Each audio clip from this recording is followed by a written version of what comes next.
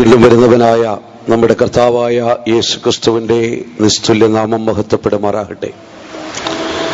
നമ്മുടെ ഇപ്രാവശ്യത്തെ കൺവെൻഷന്റെ സമാപന രാത്രിക്കായി പ്രാരംഭമായി ദൈവത്തെ സ്തുതിക്കുന്നു. ഈ രാത്രിയിലും ഞങ്ങളുടെ ക്ഷണം സ്വീകരിച്ച് ആഗതരായിരിക്കുന്ന എല്ലാ പ്രിയപ്പെട്ട ദൈവമക്കൾക്കും മാന്യ സ്നേഹിതർക്കും കർത്താവായ യേശുക്രിസ്തുവിന്റെ നിസ്തുല്യ നാമത്തിൽ ഞങ്ങളുടെ സ്നേഹവന്ദനങ്ങൾ പ്രാരംഭമായിട്ട് അറിയിക്കട്ടെ.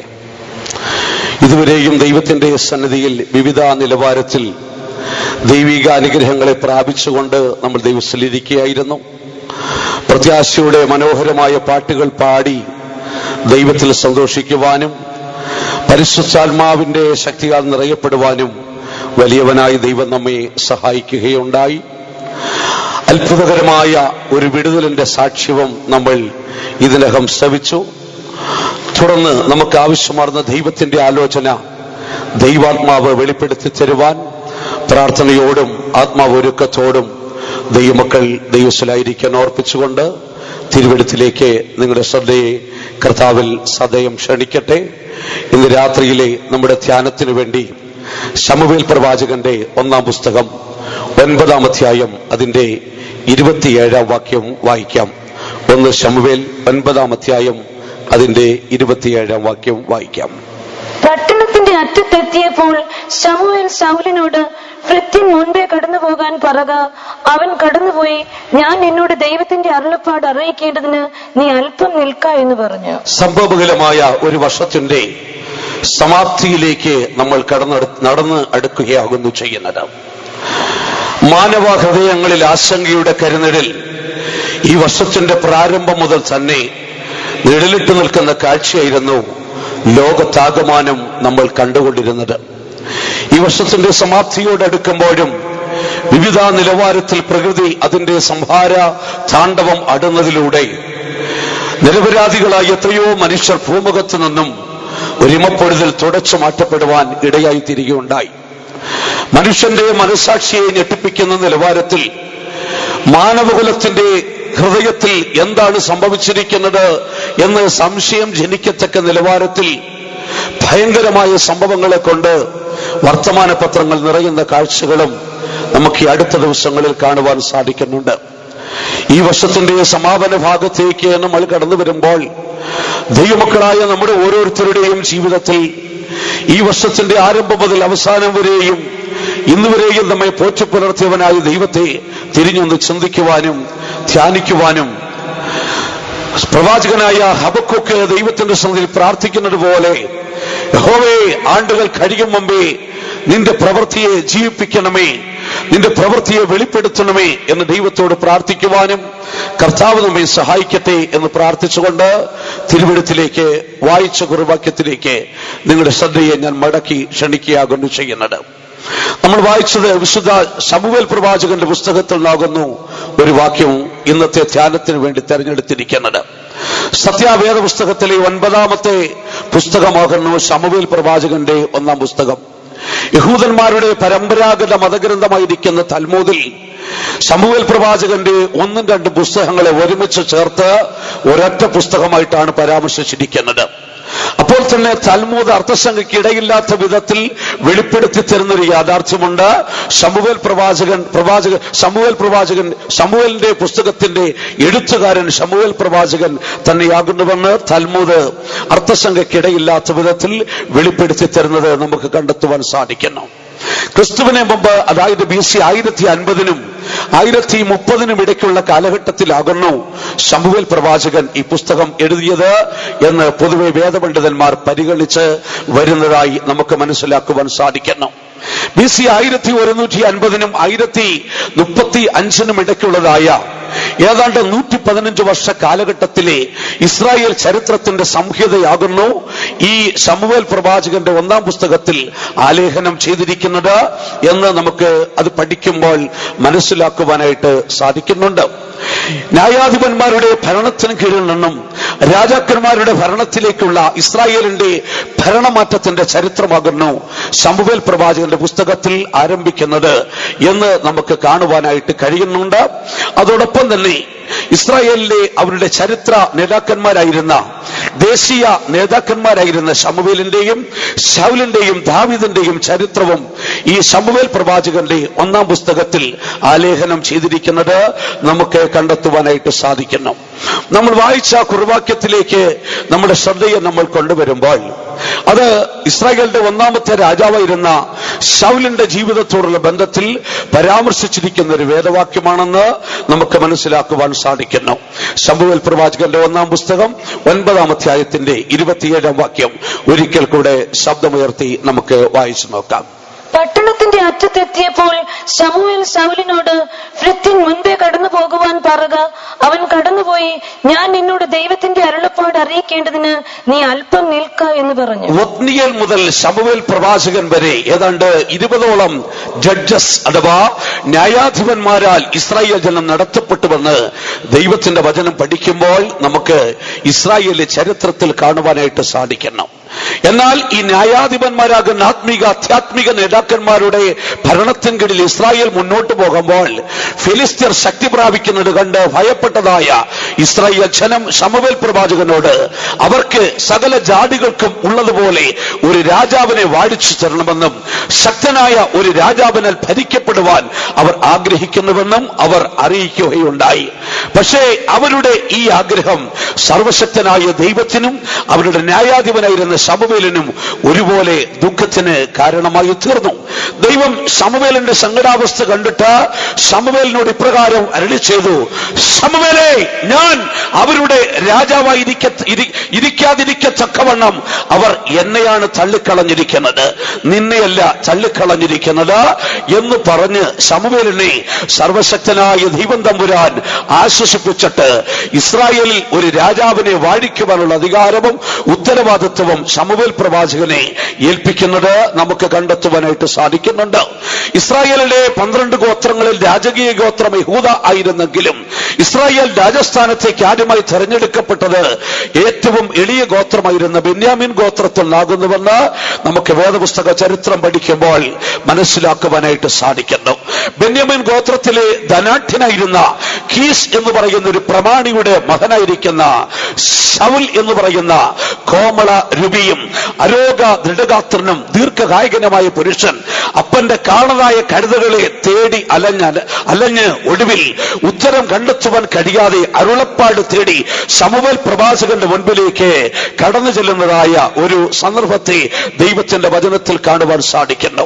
ശമൂവേൽ പ്രവാചകൻ ശൗലിനോട് അരുളപ്പാട് കൊടുക്കുന്നു, കഴുതയെ കണ്ടെത്തിയിരിക്കുന്നു എന്ന് പറഞ്ഞിട്ട് യഹോവ തന്റെ അവകാശത്തിന്റെ പ്രഭുവായി നിന്നെ തെരഞ്ഞെടുത്തിരിക്കുന്നു എന്ന് പറഞ്ഞിട്ട് അഭിഷേക തൈലം അവന്റെ തലമേലൊഴിച്ച് ഇസ്രായേലിന്റെ രാജാവായി അവനെ അഭിഷേകം ചെയ്യുന്ന ചരിത്രം നമുക്ക് ദൈവത്തിന്റെ വചനം പഠിക്കുമ്പോൾ കാണുവാൻ സാധിക്കുന്നു.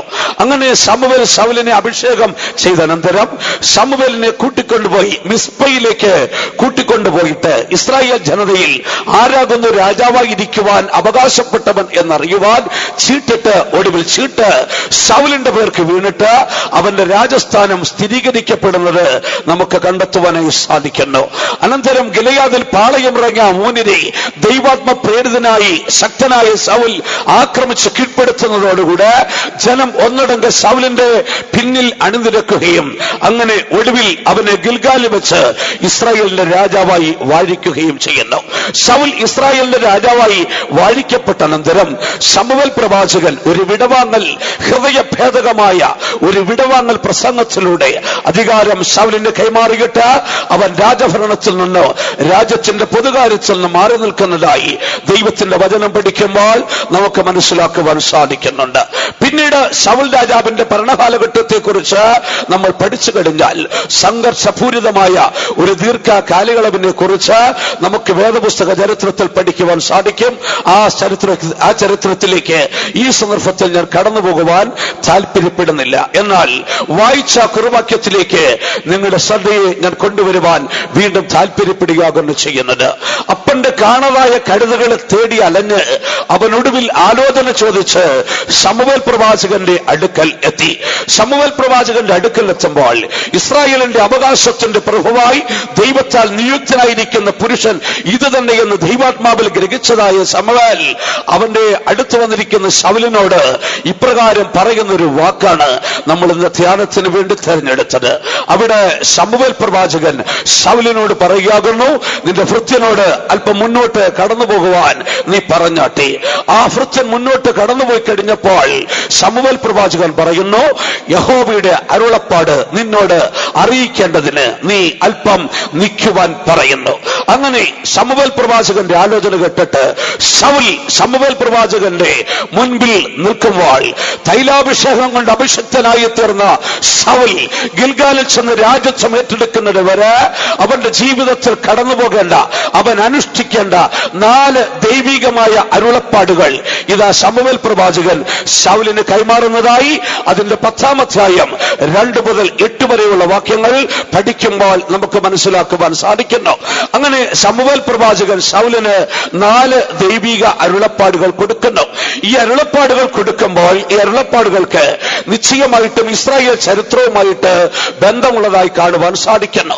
ശമൂവേൽ ശൗലിന് കൈമാറുന്ന ആദ്യത്തെ 2 ദൈവിക അരുളപ്പാടുകൾ ഗോത്രപിതാവായ യാക്കോബിന്റെ ജീവിതത്തോടുള്ള ബന്ധത്തിലും, 3-ാമത്തെ ദൈവത്തിന്റെ അരുളപ്പാട് ശമൂവേൽ പ്രവാചകന്റെ ജീവിതത്തോടുള്ള ബന്ധത്തിലും, അവന്റെ അവസാനത്തെ അരുളപ്പാട് യോശുവയുടെ ജീവിതവുമായിട്ടുള്ള ബന്ധത്തിലും ആണെന്ന് കാണുവാൻ സാധിക്കുന്നു. ശമൂവേൽ പ്രവാചകന്റെ 1 ശമൂവേൽ 10-ാം അധ്യായത്തിന്റെ 2-ാം വാക്യത്തിലേക്ക് വരുമ്പോൾ അവിടെ 1-ാമത് നൽകുന്ന ദൈവത്തിന്റെ അരുളപ്പാട് നമുക്ക് കാണുവാൻ സാധിക്കുന്നു. 1 ശമൂവേൽ 10-ാം അധ്യായം അതിന്റെ 2-ാം വാക്യം നമുക്ക് വായിച്ചു നോക്കാം.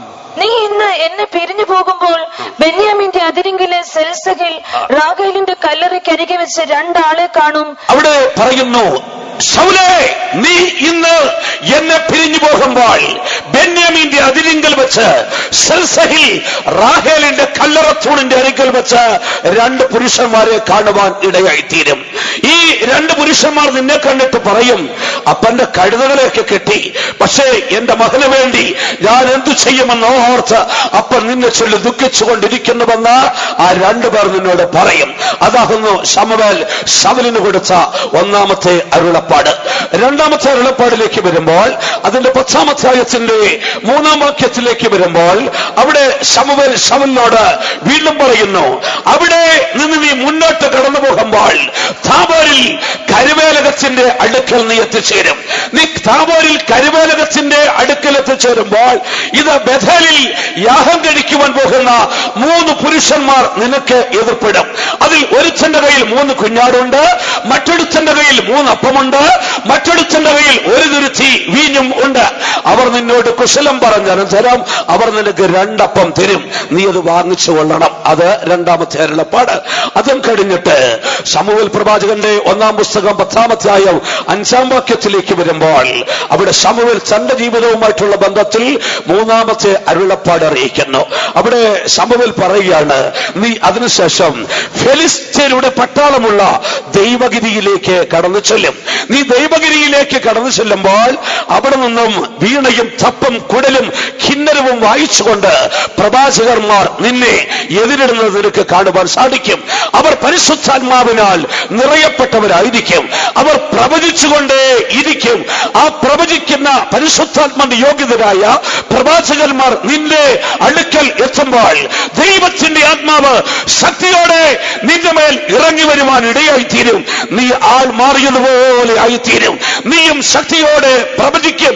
ആകയാൽ ദൈവത്തിന്റെ ആത്മാവ് നിന്റെ മേൽ വന്നു കഴിഞ്ഞ് ഈ ലക്ഷണങ്ങൾ നിന്റെ ജീവിതത്തിൽ കണ്ടാൽ യുക്തമെന്ന് തോന്നുന്നത് നീ ചെയ്തു കൊള്ളണം. ദൈവം നിന്നോട് കൂടെയുണ്ട്. അത് 3-ാമത്തെ അരുളപ്പാട്. അനന്തരമായി 10-ാം അധ്യായത്തിന്റെ 8-ാം വാക്യത്തിലേക്ക് പോകുമ്പോൾ ശമൂവേൽ 4-ാമത്തെ അരുളപ്പാട് അറിയിക്കുന്നു. അതിനുശേഷം നീ എനിക്ക് മുമ്പേ ഗിൽഗാലിലേക്ക് കടന്നു പോകണം. അവിടെ ഞാൻ നിന്റെ അടുക്കൽ വരും. അവിടെ വെച്ച് നീ ഒരു ഹോമയാഗവും നീ ഒരു സമാധാനയാഗവും കഴിക്കണം. അതിനുശേഷം പിന്നീട് നീ എന്തു ചെയ്യണമെന്നുള്ളത് ഞാൻ നിന്നോട് അറിയിച്ചു തരാം. ഇപ്രകാരം 4 ദൈവത്തിന്റെ അരുളപ്പാടുകൾ ശമൂവേൽ പ്രവാചകൻ ശൗലിന് കൈമാറുന്നതായി കാണുവാൻ സാധിക്കുന്നു. ഇത് ശമൂവേലിനാൽ തൈലാഭിഷേകം പ്രാപിച്ചതായ ശൗല് രാജസ്ഥാനത്തിൽ ഉറപ്പിക്കപ്പെടുമ്പോൾ, അവൻ രാജസ്ഥാനത്ത് വാഴിക്കപ്പെടും മുമ്പ്, അവന്റെ രാജ്യത്വം ഉറപ്പിക്കും മുമ്പ് അവന്റെ ജീവിതത്തിൽ അനുഷ്ഠിക്കേണ്ട 4 ദൈവികമായ അരുളപ്പാടുകളാകുന്നു. ആത്മീയമായി ഈ വിഷയത്തെ വീണ്ടെടുക്കപ്പെട്ട ദൈവമക്കളായ നമ്മുടെ ജീവിതവുമായിട്ട് ബന്ധപ്പെടുത്തി പഠിക്കുമ്പോൾ, പരിശുദ്ധാത്മാവിന്റെ അഭിഷേകം പ്രാപിച്ച വീണ്ടെടുക്കപ്പെട്ട ദൈവത്തിന്റെ ജനം നമ്മുടെ കർത്താവ് യേശുക്രിസ്തുവിന്റെ വരവെങ്കിൽ എടുക്കപ്പെട്ട രാജ്യത്വം പ്രാപിക്കും മുമ്പ് നിന്റെ ജീവിതത്തിൽ നീ അനുഷ്ഠിക്കുവാൻ ദൈവാത്മാവ് നിന്നെ ബുദ്ധി ഉപദേശിക്കുന്ന 4 ദൈവിക അരുളപ്പാടുകളെ ഇതിൽ മറഞ്ഞിരിക്കുന്നത് നമുക്ക് കണ്ടെത്തുവാനായിട്ട് സാധിക്കുന്നു. നമുക്ക് ലഭ്യമായ സമയപരിധിക്കുള്ളിൽ നിന്നുകൊണ്ട് അതിന്റെ ഓരോ ഭാഗത്തേക്ക് നിങ്ങളുടെ ശ്രദ്ധയെ കൊണ്ടുപോകുവാൻ കർത്താവിൽ താല്പര്യപ്പെടട്ടെ. അതിൽ ആദ്യത്തെ അരുളപ്പാടിലേക്ക് നമുക്ക് കടന്നു വരാം. അവിടെ നമ്മൾ ഇപ്രകാരം വായിക്കുന്നു. ശമൂവേൽ പ്രവാചകന്റെ 1-ാം പുസ്തകം 10-ാം അധ്യായത്തിന്റെ 2-ാം വാക്യം വായിച്ചു നോക്കിയാട്ടെ. നീ ഇന്ന് എന്നെ പിരിഞ്ഞു പോകുമ്പോൾ ബെന്യാമീന്റെ അതിരിങ്കിലെ സെൽസഹിൽ റാഹേലിന്റെ കല്ലറയ്ക്ക് അരികെ വെച്ച് 2 ആളെ കാണും. നീ ഇന്ന് എന്നെ പിരിഞ്ഞു പോകുമ്പോൾ ബെന്യാമീന്റെ അതിരിങ്കൽ സെൽസഹിൽ റാഹേലിന്റെ കല്ലറയ്ക്കരികിൽ വെച്ച 2 പേരെ കാണുവാനിടയായി തീരും. ആ 2 പേരും നിന്നോട് ഒരു കാര്യം പറയും. എന്താ പറയുന്നറിയാമോ? അപ്പൻ നിന്നെ ചൊല്ലി ദുഃഖിച്ചുകൊണ്ടിരിക്കുന്നു. നിനക്ക് വേണ്ടി എന്ത് ചെയ്യേണ്ടുവെന്ന് ഓർത്ത് നിന്റെ അപ്പൻ നിന്നെ ചൊല്ലി ദുഃഖിക്കുകയാകുന്നു. ആകയാൽ ഈ വിഷയത്തിന്റെ ഉള്ളിലേക്ക് നമ്മൾ കടന്നു വന്ന് ചിന്തിക്കുമ്പോൾ 2 പേർ ഒരേ സ്വരത്തിൽ ശൗലിനോട് പറയുന്നു, നിന്റെ അപ്പൻ നിനക്ക് വേണ്ടി ദുഃഖിക്കുന്നു. എന്റെ മകന് വേണ്ടി ഞാൻ എന്തു ചെയ്യണമെന്നോർത്ത് നിന്റെ അപ്പൻ നിന്നെ ചൊല്ലി ദുഃഖിച്ചുകൊണ്ടേ ഇരിക്കുന്നു. ഇത് 2 പേരുടെ വാമൊഴിയാൽ ഉറപ്പിക്കുവാൻ കഴിയുന്നു. ദൈവത്തിന്റെ വചനത്തിലേക്ക് കടന്നു വരുമ്പോൾ നമുക്ക് ഇപ്രകാരം കാണുവാൻ കഴിയുന്നുണ്ട്. 2 പേരുടെ സാക്ഷ്യമൊഴിയാൽ ഏതു കാര്യവും ഉറപ്പിക്കുവാൻ സാധിക്കും. ആകയാൽ നിശ്ചയമായിട്ടും ഈ 2 പേർ ഒരുപോലെ വാമൊഴി നൽകുന്നത് കൊണ്ട് ശൗലിന് ഉറപ്പിക്കുവാൻ സാധിക്കും, എന്റെ അപ്പൻ എന്നെ ഓർത്ത് ദുഃഖിക്കുന്നുണ്ട്. ഏത് സാഹചര്യത്തിൽ അല്ലെങ്കിൽ ഏത് സന്ദർഭത്തിൽ അല്ലെങ്കിൽ ഏത് സ്ഥലത്ത് വെച്ചാകുന്നു ഇത് ശൗലിനോട് അവർ പറഞ്ഞത് എന്നുള്ളതിനാണ് പ്രസക്തി. ശൗൽ അവന്റെ ജീവിതത്തിൽ ദൈവത്തിന്റെ അരുളപ്പാട് ഏറ്റെടുത്ത റാഹേലിന്റെ കല്ലറയ്ക്ക് അരികൽ എത്തുമ്പോൾ അവിടെ വെച്ച് 2 സാക്ഷികൾ വന്ന് പറയും, നിന്റെ അപ്പൻ നിന്നെ ഓർത്ത് ദുഃഖിച്ചുകൊണ്ടിരിക്കുന്നു. എവിടെ വെച്ച്? നീ റാഹേലിന്റെ കല്ലറയ്ക്ക് അരികലെത്തുമ്പോൾ പറയും, നിന്റെ അപ്പൻ നിന്നെ ഓർത്ത് ദുഃഖിച്ചുകൊണ്ടിരിക്കുകയാണ്. എന്തുകൊണ്ട് റാഹേലിന്റെ കല്ലറയ്ക്ക് അരികലെത്തുമ്പോൾ അവർ നിന്നോടത് പറയുമെന്ന് ചോദിച്ചാൽ അതിന് വ്യക്തമായ കാരണമുണ്ട്. കാരണം റാഹേലിന്റെ കല്ലറത്തോൾ അതൊരു സ്മാരകമാണ്, അതൊരു ജ്ഞാപക സ്തംഭമായിട്ട് നിൽക്കുകയാണ് ചെയ്യുന്നത്. ദൈവത്തിന്റെ വചനം നമ്മൾ പഠിക്കുമ്പോൾ ലോത്തിന്റെ ഭാര്യ ഒരു ജ്ഞാപക സ്തംഭമായി നിൽക്കുന്നത് പോലെ റാഹേലിന്റെ കല്ലറത്തൂണും ഒരു ജ്ഞാപക സ്തംഭമാണെന്ന് കാണുവാൻ സാധിക്കും. ഉൽപ്പത്തി പുസ്തകം 35-ാം അധ്യായം അതിന്റെ 20-ാം വാക്യത്തിലേക്ക് കടന്നു വരുമ്പോൾ അവിടെ നമുക്ക് ഇപ്രകാരം കാണുവാൻ സാധിക്കുന്നു. റാഹേൽ മരിച്ചനന്തരം യാക്കോബ് അവിടെ കല്ലറയിൽ ഒരു തൂൺ നിർത്തി. അത് ഇന്നുവരെയും ആ നിലവാരത്തിൽ തന്നെ നിൽക്കുകയാണ് ചെയ്യുന്നത്. ആ വാക്യം വായിച്ചാട്ടെ. ഉൽപ്പത്തി പുസ്തകം 35-ാം അധ്യായം അതിന്റെ 20-ാം വാക്യം വായിച്ചാട്ടെ. അവളുടെ കല്ലറയിന്മേൽ യാക്കോബ് ഒരു തൂൺ നിർത്തി. അവളുടെ കല്ലറയിന്മേൽ യാക്കോബ് ഒരു തൂൺ നിർത്തി. അടുത്തത് റാഹേലിന്റെ കല്ലറത്തൂൺ എന്ന പേരോട്, അത് റാഹേലിന്റെ കല്ലറത്തൂൺ എന്ന പേരോടുകൂടെ ഇന്നുവരെ അതവിടെ നിൽപ്പുണ്ട്. കാരണം അതൊരു സ്മാരകമാണ്. റാഹേലിന്റെ കല്ലറത്തൂൺ എന്താണ് ആ സ്മാരകം വിളിച്ചു പറയുന്നത് എന്ന് വെച്ചാൽ ബെന്യാമീന്റെ അതിരങ്കൽ സെൽസഹിൽ റോഡരികിൽ വഴിയരികിൽ കാണപ്പെടുന്ന റാഹേലിന്റെ കല്ലറത്തൂൺ വിളിച്ചു പറയുന്നൊരു യാഥാർത്ഥ്യമുണ്ട്. എന്താണ് റാഹേലിന്റെ കല്ലറത്തൂൺ വിളിച്ചു പറയുന്നത്? എനിക്ക് പിതാക്കന്മാരുടെ കല്ലറയിൽ അടക്കം പ്രാപിക്കുവാൻ കഴിഞ്ഞില്ല. ഇതാണ് അവൾ വിളിച്ചു പറയുന്നത്. ആ കല്ലറത്തൂൺ കാണുമ്പോൾ മനസ്സിലാക്കിക്കൊള്ളണം, വഴിയരികിൽ ഇവളുടെ കല്ലറത്തൂൺ കാണുമ്പോൾ പിതാക്കന്മാരുടെ കല്ലറയിൽ അടക്കം പ്രാപിക്കുവാനുള്ള ഭാഗ്യം അവൾക്ക് ലഭിച്ചിട്ടില്ല. അതൊരു ജ്ഞാപക സ്തംഭം. ആകെ പിതാക്കന്മാരുടെ കല്ലറയിൽ അടക്കം പ്രാപിക്കാതെ വഴിയരികിൽ അടക്കം പ്രാപിച്ചതായ റാഹേലിന്റെ കല്ലറത്തൂണിന്റെ അരിക്കൽ വെച്ച് വെച്ച രണ്ട് സാക്ഷികൾ വന്ന് ശൗലിനോട് പറയുന്നു, ശൗലേ, നിന്നെ ഓർത്ത് നിന്റെ അപ്പൻ കരയുകയാണ്. ഇതൊരു ജ്ഞാപകസ്തംഭമാണ്, നിന്റെ ജീവിതത്തിൽ മറന്നുപോകരുത്. ഇസ്രായേലിനെ സംബന്ധിച്ചിടത്തോളം അവിടെ ജീവിതത്തിന്റെ സമാപ്തി എന്ന് പറയുന്നത് അവർ ഈ ലോകത്തിൽ ജീവിച്ചനന്തരം അവിടെ ജനത്തോട് ചേർന്ന് പിതാക്കന്മാരുടെ കല്ലറകൾ അടക്കം പ്രാപിക്കണം. അതവിടെ ജീവിതത്തിന്റെ പൂർണ്ണതയാകുന്നു. അതുകൊണ്ട് യാക്കോബ് അവന്റെ ജീവിതത്തിന്റെ വാർദ്ധക്യത്തിലേക്ക് വരുമ്പോൾ ഉൽപ്പത്തി പുസ്തകം 49 അധ്യായം 29 മുതൽ വായിക്കുമ്പോൾ യാക്കോബ് തന്റെ മക്കളെ അനുഗ്രഹിച്ച അനന്തരം അവരോട് ഇപ്രകാരം പറയുന്നുണ്ട്. അവരോട് പറയുകയാണ് ചെയ്യുന്നത്, ഞാൻ എന്റെ ജനത്തോട് ചേരും. ഞാൻ ഇങ്ങനെ അനുഗ്രഹിച്ചൊക്കെ കഴിഞ്ഞിട്ട് ഞാൻ എന്റെ ജനത്തോട് ചേർന്ന് കഴിയുമ്പോൾ നിങ്ങൾ എന്നെ ആ ബെന്യാമീന്റെ അതിരങ്കലുള്ളതായ എഫ്രാന്റെ നിലത്തുള്ളതായ ആ മക്പേല എന്ന ഗുഹയിൽ നിങ്ങൾ എന്നെ അടക്കം ചെയ്യണം. അത് പറഞ്ഞിട്ട് അതിന്റെ 31 വാക്യത്തിലേക്ക് കടന്നു വരുമ്പോൾ അവിടെ നമ്മൾ അതിന്റെ 31 വാക്യത്തിലേക്ക് കടന്നു വരുമ്പോൾ അവിടെ നമുക്ക് വായിക്കുവാൻ കഴിയുന്നു, അവിടെ അവർ അബ്രഹാമിനെ അടക്കിയിട്ടുണ്ട്. വായിച്ചാട്ടെ. അവിടെ അവർ അബ്രഹാമിനെയും അവന്റെ ഭാര്യയായ സാറിയെയും ഇസഹാക്കിനെയും അവന്റെ ഭാര്യയായ റിബേക്കയെയും അവിടെ അവർ അബ്രഹാമിനെ അടക്കിയിട്ടുണ്ട്, അവന്റെ ഭാര്യയായ സാറയെ അടക്കിയിട്ടുണ്ട്, ഇസഹാക്കിനെ അടക്കിയിട്ടുണ്ട്, റിബേക്കയെ അടക്കിയിട്ടുണ്ട്. അടുത്തത് അവിടെ ഞാൻ ലേയയെ അടക്കിയിട്ടുണ്ട്. റാഹേലിനെ അവിടെ അടക്കിയിട്ടില്ല. ഏറ്റവും സ്നേഹിച്ചത് റാഹേലിനെ, പക്ഷെ റാഹേലിനെ വഴിയരികെ അടക്കി. അവിടെ ഞാൻ ലേയയും അടക്കിയിട്ടുണ്ട്, പക്ഷെ റാഹേലിനെ അവിടെ അടക്കാൻ കിട്ടിയില്ല. അതുകൊണ്ട് എന്നെയും അവിടെ തന്നെ അടക്കണം. അതുകൊണ്ട് റാഹേലിന്റെ കൂടെ അടക്കണം. ഞാൻ റാഹേലിനെയാണ് ഏറ്റവും കൂടുതൽ സ്നേഹിച്ചത് എന്നല്ല യാക്കോബ് പറയുന്നത്. റാഹേൽ അവിടെ അടക്കം പ്രാപിച്ചിട്ടില്ല, ഞാൻ അവിടെ ലേയെ അടക്കിയിട്ടുണ്ട്, എന്നെയും അവിടെ അടക്കണം. അത് പഴയ നിയമ പിതാക്കന്മാരുടെ ജീവിതത്തിന്റെ പൂർത്തീകരണമാകുന്നു. ജോസഫിന്റെ ജീവിതത്തിലേക്ക് നമ്മൾ കടന്നു വന്നാട്ടെ. ജോസഫിന്റെ ജീവിതത്തിലേക്ക് കടന്നു വരുമ്പോൾ ഉൽപ്പത്തി പുസ്തകം 50 അധ്യായത്തിന്റെ 24, 25 വാക്യങ്ങളിലേക്ക് വരുമ്പോൾ ജോസഫ് തന്റെ സഹോദരന്മാരോട് സംസാരിക്കുന്നു. അനന്തരമായി പറയുകയാണ്, ഞാൻ മരിക്കുകയാണ്, എന്റെ പ്രാണന നിമിഷം പോകും. ഞാൻ മരിച്ചു കഴിഞ്ഞിട്ട് നമ്മുടെ പിതാക്കന്മാരുടെ ദേശത്തേക്ക് എന്നെങ്കിലും നമ്മുടെ ദൈവം നമ്മെ സന്ദർശിച്ച് മടക്കിക്കൊണ്ടുപോയാൽ എന്റെ അസ്ഥികൾ നിങ്ങൾ ഇവിടെ നിന്ന് കൊണ്ടുപോകണം. എന്റെ പിതാക്കന്മാരുടെ ദേശത്ത് എന്റെ പിതാക്കന്മാരുടെ കല്ലറയിൽ എന്റെ അസ്ഥികൾ അടക്കം ചെയ്യണം. അത് ജോസഫിന്റെ ആഗ്രഹമാണ്. അത് ഏതൊരു ഇസ്രായേലിനെ സംബന്ധിച്ചിടത്തോളം പിതാക്കന്മാരുടെ കല്ലറയിൽ അടക്കം പ്രാപിക്കണമെന്നുള്ളത് അവിടെ ജീവിതത്തിന്റെ അഭിലാഷമാണ്, അവിടെ ജീവിതത്തിന്റെ ആഗ്രഹമാണ്. പക്ഷെ എന്ത് സംഭവിച്ചു? റാഹേലിന് അതിനുള്ള ഭാഗ്യമുണ്ടായില്ല.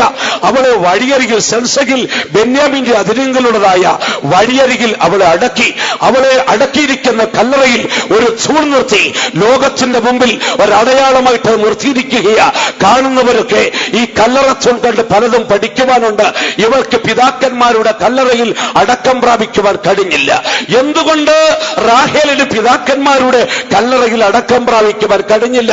ആ വിഷയത്തിലേക്ക് നമ്മൾ കടന്നു വരണം. അതിന് വ്യക്തമായ കാരണമുണ്ട്. ഉൽപ്പത്തി പുസ്തകം 48 അധ്യായം 7 വാക്യത്തിലേക്ക് കടന്നു വരുമ്പോൾ അവിടെ യാക്കോബ് ഇപ്രകാരം പറയുകയാണ് ചെയ്യുന്നത്, ഞാൻ പദ്ദനിൽ നിന്നും മടങ്ങി വരുമ്പോൾ കനാൻ ദേശത്ത് വെച്ച് എഫ്രാത്തിയിലെത്തുവാൻ അല്പം ദൂരം ബാക്കിയുള്ളപ്പോൾ വഴിയിൽ വെച്ച് അവൾ മരിച്ചു. അവളെ ഞാൻ വഴിയരികിൽ അടക്കം ചെയ്തു എന്ന് പറയാകുന്നു ചെയ്യുന്നത്. അവൻ പത്തനാരാമിൽ നിന്ന് മടക്കി വരുന്നു, കനാനിലേക്ക് പോവുകയാണ് ചെയ്യുന്നത്. എന്നാൽ കനാനിൽ എഫ്രാത്ത അവിടെ എത്തിയിട്ടില്ല. എഫ്രാത്തിയിലെത്തുവാൻ അല്പം ദൂരം ബാക്കിയുണ്ട്. വഴിയിൽ വെച്ച് റാഹേൽ പ്രസവിച്ചു, ഒരു സന്തതിക്ക് ജന്മം കൊടുത്തു ബെന്യാമീൻ. ആ പ്രസവത്തോടുകൂടി അവൾ മരിച്ചു. ആ മരണത്തിൽ അവളെ വഴിയരികിൽ അടക്കം ചെയ്തു. എന്തുകൊണ്ട് അവൾക്ക് എഫ്രാത്തയിൽ എത്തുവാൻ കഴിഞ്ഞില്ല? എഫ്രാത്ത എന്ന് പറഞ്ഞു കഴിഞ്ഞാൽ ഇന്നത്തെ ബേദലഹ്യമാകുന്നു ആ കാലഘട്ടത്തിൽ എഫ്രാത്ത എന്ന് വിളിച്ചിരുന്നത്. എഫ്രാത്ത എന്ന വാക്കിന്റെ അർത്ഥം ഫ്രൂട്ട്ഫുൾനെസ് എന്നാകുന്നു, അല്ലെങ്കിൽ പെർഫെക്ഷൻ എന്നാകുന്നു. എന്ന് വെച്ചാൽ ഫലപൂർണത എന്നാകുന്നു എഫ്രാത്ത എന്ന വാക്കിന്റെ അർത്ഥം. അവർക്ക് ആ ഫ്രൂട്ട്ഫുൾനെസ്സിൽ എത്തുവാൻ കഴിഞ്ഞില്ല, അവർക്ക് ഫലപൂർണതയിൽ എത്തുവാൻ കഴിഞ്ഞില്ല, ആ പെർഫെക്ഷനിൽ എത്തുവാൻ കഴിഞ്ഞില്ല. എഫ്രാത്തയിൽ എത്തിച്ചേരുവാൻ റാഹേലിന് കഴിഞ്ഞില്ല.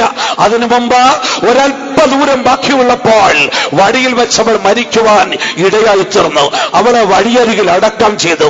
ആകയാൽ പ്രിയപ്പെട്ട ദൈവമക്കളെ, എന്തുകൊണ്ട് റാഹേലിന് പിതാക്കന്മാരുടെ കല്ലറയിൽ അടക്കം പ്രാപിക്കുവാൻ കഴിഞ്ഞില്ല? എന്തുകൊണ്ട് റാഹേൽ അവളുടെ ജീവിതത്തിൽ ജീവിതത്തിൽ എഫ്രാത്തയിൽ എത്തുവാൻ അവർക്ക് കഴിഞ്ഞില്ല. എഫ്രാത്തയിലെത്തി മരിക്കുക എന്ന് വെച്ചാൽ അത് പഴയ നിയമ ഭക്തന്മാരെ സംബന്ധിച്ചിടത്തോളം ഒരു വലിയ അനുഗ്രഹമാണ്. ദിനവൃത്താന്ത പുസ്തകത്തിലേക്ക് വരുമ്പോൾ 1 ദിനവൃത്താന്തം 2-ാം അധ്യായത്തിന്റെ 24-ാം വാക്യത്തിൽ ഹെസ്രോൻ കാലേബിനെ കുറിച്ച് പറയുമ്പോൾ അവിടെ നമ്മൾ ഇപ്രകാരം വായിക്കുന്നു: ഹെസ്രോൻ കാലേബ് എഫ്രാത്തയിലെത്തി മരിച്ചു എന്നാണ് നമ്മളത് വായിക്കുന്നത്. 1 ദിനവൃത്താന്തം 2-ാം അധ്യായം അതിന്റെ 24-ാം വാക്യം വായിച്ചാട്ടെ. ഹെസ്രോൻ കാലേബ് എഫ്രാത്തയിൽ വെച്ച് മരിച്ച ശേഷം ഹെസ്രോന്റെ ഭാര്യ ഹെസ്രോൻ കാലേബ് എഫ്രാത്തയിൽ എത്തി മരിച്ചുവെന്നാണ് പറഞ്ഞിരിക്കുന്നത്. ആകയാൽ പിതാക്കന്മാർ എഫ്രാത്തയിൽ വെച്ച് മരിച്ചു. അവിടെ എഫ്രാത്തയിൽ പിതാക്കന്മാരുടെ കല്ലറയിൽ അടക്കം പ്രാപിച്ചു. എന്നാൽ റാഹേലിനോ എഫ്രാത്തയിൽ എത്തുവാൻ അല്പം ദൂരം ബാക്കിയുള്ളപ്പോൾ ആ പൂർണ്ണത പ്രാപിക്കും മുമ്പ് അവൾ വഴിയരികെ മരിച്ചു. പിതാക്കന്മാരുടെ കല്ലറയിൽ അടക്കം പ്രാപിച്ചില്ല. അതിന്റെ കാരണം എന്തെന്ന് ചോദിച്ചാൽ പല കാരണങ്ങളുണ്ട്. അടിസ്ഥാനപരമായ കാരണം എന്തെന്ന് ചോദിച്ചാൽ യാക്കോബിന്റെ ശാപമായിരുന്നു. യാക്കോബിന്റെ ശാപം അവളുടെ ജീവിതത്തിൽ പിടിച്ചുപറ്റി. യാക്കോബിന്റെ ശാപം പിടിച്ചുപറ്റുവാൻ വ്യക്തമായൊരു കാരണവുമുണ്ട്. ആ കാരണത്തെക്കുറിച്ച് നമ്മൾ പഠിച്ചാൽ ഉൽപ്പത്തി പുസ്തകത്തിലേക്ക് നമ്മൾ കടന്നു പോകുമ്പോൾ അതിന്റെ 31-ാം അധ്യായത്തിന്റെ 19-ാം വാക്യത്തിൽ 16-ാമിൽ നിന്നും യാക്കോബും ഈ റാഹേലും ലേയയ്ക്കും മടങ്ങി വരുമ്പോൾ റാഹേൽ ഒരു വ്യാജഭാവം കാണിച്ചു, ഒരു കള്ളത്തരം കാണിച്ചു. അവൾ ചെയ്തത് അവളുടെ അപ്പന്റെ ഗ്രഹവിഗ്രഹം അവൾ മോഷ്ടിച്ച് ഒട്ടകക്കോപ്പിനകത്തിട്ടു. അതവൾ കാണിച്ച തെറ്റ. 16-ാമിന് അവിടുത്തെ സാമൂഹിക വ്യവസ്ഥിതി അനുസരിച്ച് അവിടെ ഗ്രഹബിംബം എന്ന് പറയുമ്പോൾ അതിനകത്ത് വലിയ അർത്ഥങ്ങളുണ്ട്. ഗ്രഹബിംബം എന്ന് പറഞ്ഞാൽ 1, അത് അന്യാരാധനയുടെ മൂർത്തിയാണ്. 2, ഗ്രഹബിംബം ഉപയോഗിച്ചായിരുന്നു പുരാതന കാലത്ത് 16-ാമിലുള്ളവർ ക്ഷുദ്രപ്രയോഗങ്ങളും ആഭിചാര പ്രവൃത്തികളും ചെയ്തുകൊണ്ടിരുന്നത്. അത് മാത്രമല്ല, ഒരു കുടുംബത്തിൽ പരമ്പരയ ആരുടെ കൈവശമാണോ ഗ്രഹബിംബം വരുന്നത് അവർക്കായിരിക്കും കുടുംബത്തിന്റെ അനന്തരാവകാശം എന്ന് പറഞ്ഞിരിക്കുന്നത്. ഈ യാഥാർത്ഥ്യം റാഹേലിന് അറിയാവുന്നത് കൊണ്ട് അവൾ മിടുക്കിയ. അവൾ പോയപ്പോൾ അപ്പന്റെ പ്രമാണവും കൂടെ എന്ന് വെച്ചാൽ ആ ഗ്രഹബിംബം കൂടെ അടിച്ചു മാറ്റിക്കൊണ്ടാ പോയത്. കാര്യം റാഹേലിന്റെ കയ്യിൽ ഗ്രഹബിംബം ഇരുന്നു കഴിഞ്ഞാൽ അപ്പന്റെ സമ്പത്തിന്റെ അനന്തരാവകാശം റാഹേലിനായിരിക്കും. ഗ്രഹബിംബം ആരുടെ കയ്യിൽ വരുമോ അവർക്കായിരിക്കും അനന്തരാവകാശം. ഇത് റാഹേലിന് നന്നായിട്ടറിയാം. അവളത് കൈവശം കരുതിക്കൊണ്ടുപോയി. എന്നാൽ സംഭവിച്ചതെന്തെന്നറിയാമോ? ലാബാൻ വന്ന് നോക്കുമ്പോൾ ഇതാ ഗ്രഹവിഗ്രഹം മോഷ്ടിക്കപ്പെട്ടിരിക്കുന്നു. അവൻ തന്നെ മക്കളുമായി യാക്കോബിനെയും കൂടെയുള്ളവരെയും പിൻഗമിക്കുന്നു. അവർ വന്ന് ഗ്രഹബിംബത്തെ കുറിച്ച് സംസാരിക്കുന്നു. നിരപരാധിയായി യാക്കോബ് ഈ സംഭവം അറിഞ്ഞിട്ടില്ല. ഇസ്രായേൽ പാളയത്തിൽ ഒരിടത്തും ഗ്രഹവിഗ്രഹം ഇല്ലെന്ന് അവൻ ചിന്തിച്ചത്. പക്ഷേ ഗ്രഹവിഗ്രഹം മോഷ്ടിച്ചുവെന്നുള്ളത് അവനൊരു അപമാനമായി തോന്നി. അവൻ അവന്റെ വായെടുത്ത് ശപിച്ചു. എന്താണ് അവൻ വായെടുത്ത് ശപിച്ചെന്നറിയാമോ? ഉൽപ്പത്തി 31-ന്റെ 32-ാം വാക്യത്തിൽ അവൻ പറഞ്ഞു, ആരുടെ പക്കൽ ഗ്രഹവിഗ്രഹം ഇരിക്കുന്നുവോ അവൻ ജീവനോടെ ഇരിക്കരുത്. ഈ ശാപം വന്ന് കയറിയത് താൻ ഏറ്റവും അധികം സ്നേഹിക്കുന്ന തന്റെ പ്രിയപത്നി റാഹേലിന്റെ മേളിലാണെന്ന് ഒരിക്കൽ പോലും യാക്കോബ് അറിഞ്ഞില്ല. യാക്കോബ് അറിയാതെ പറഞ്ഞുപോയി, ആരുടെ പക്കൽ ഗ്രഹവിഗ്രഹമുണ്ടോ അവൻ ജീവനോട് ഇരിക്കരുത്. ആ ശാപം അവൾ പിടിച്ചുപറ്റി. അറിയാതെ ശാപവും പേറിക്കണ്ട അവൾ ജീവിതയാത്ര നടത്തിക്കൊണ്ടിരിക്കുന്നത്. ആകയാൽ ഇന്ന് രാത്രികാലം എന്നെ കേൾക്കേണ്ട യമക്കളെ, എന്തുകൊണ്ട് അവൾക്ക് പിതാക്കന്മാരുടെ കല്ലറയിൽ അടക്കം കിട്ടിയില്ല? എന്തുകൊണ്ട് അവൾ വഴിയരികിൽ അടക്കം പ്രാപിച്ചു? എന്തുകൊണ്ട് അവൾക്ക് എഫ്രാത്തിയിൽ എത്തിച്ചേരുവാൻ കഴിഞ്ഞില്ല? ചിന്തിച്ചു നോക്കണം. അതിന്റെ അടിസ്ഥാനപരമായ കാരണത്തിലേക്ക് നമ്മൾ ചിന്തിച്ചാൽ 2 വിഷയങ്ങൾ നമുക്ക് ചിന്തിക്കാം. ഒന്നാമത്തെ വിഷയം എന്ന് പറയുന്നത്, കനാനിലേക്കാണ് അവൾ യാത്ര ചെയ്തതെങ്കിലും അവളുടെ കയ്യിൽ 16-ാമിലെ വിഗ്രഹം സൂക്ഷിക്കപ്പെട്ടിരുന്നു. അവളുടെ യാത്ര കനാനിലേക്ക് ഇപ്പോഴും അവിടെ ഒട്ടകക്കൊപ്പിൽ ജാതീയ വിഗ്രഹങ്ങൾ സൂക്ഷിക്കപ്പെട്ടിട്ടുണ്ട്. അതുകൊണ്ടാണ് അവളുടെ ജീവിതത്തിൽ വഴിയരികിൽ അവൾ പട്ടുപോകുവാൻ കാരണമായി തീർന്നത്. രണ്ടാമത്തെ കാരണമെന്ന് പറയുന്നത്, അവൾ ആ ഗ്രഹവിഗ്രഹത്തെ മോഷ്ടിച്ചിട്ട് അവൾ കാര്യം മറച്ചു വെച്ചു. ഭർത്താവിനോട് പോലും കാര്യം പറഞ്ഞില്ല. ആകെ വളരെ ശ്രദ്ധിക്കണമേ ദൈവമക്കളെ. റാഹേലിന്റെ കല്ലറത്തൂൺ നമുക്കൊരു ജ്ഞാപകമായിരിക്കണം. നമ്മൾ അഭിഷേകം പ്രാപിച്ചവരൊക്കെയാ. പക്ഷെ രാജത്വത്തിൽ എത്തുന്നതിന് മുമ്പ് റാഹേലിന്റെ കല്ലറത്തൂൺ വഴിയരികെയുണ്ട്. അത് നമുക്കൊരു സ്മാരകമാ. എന്താണ് നമ്മുടെ ജീവിതത്തിൽ സംഭവിക്കുന്നത്? റാഹേലിന് സംഭവിച്ചത്, അവിടെ കാലടികൾ കനാനിലേക്ക് ഇപ്പോഴവിടെ ഒട്ടകക്കൊപ്പിൽ 16-ാമിലെ വിഗ്രഹങ്ങൾ കിടക്കുന്നു. നിങ്ങളുടെ ജീവിതയാത്രയിലും ഇത് വലിയൊരു പാഠമായിരിക്കണം. വിശ്വാസ ജീവിതത്തിൽ മുന്നോട്ട് കാലടികൾ വെച്ച് ഓടുമ്പോൾ അനേകരുടെ ജീവിതത്തിലും മനസ്സിപ്പോഴും പദ്ദനാരാമിൽ കിടക്കുകയാ.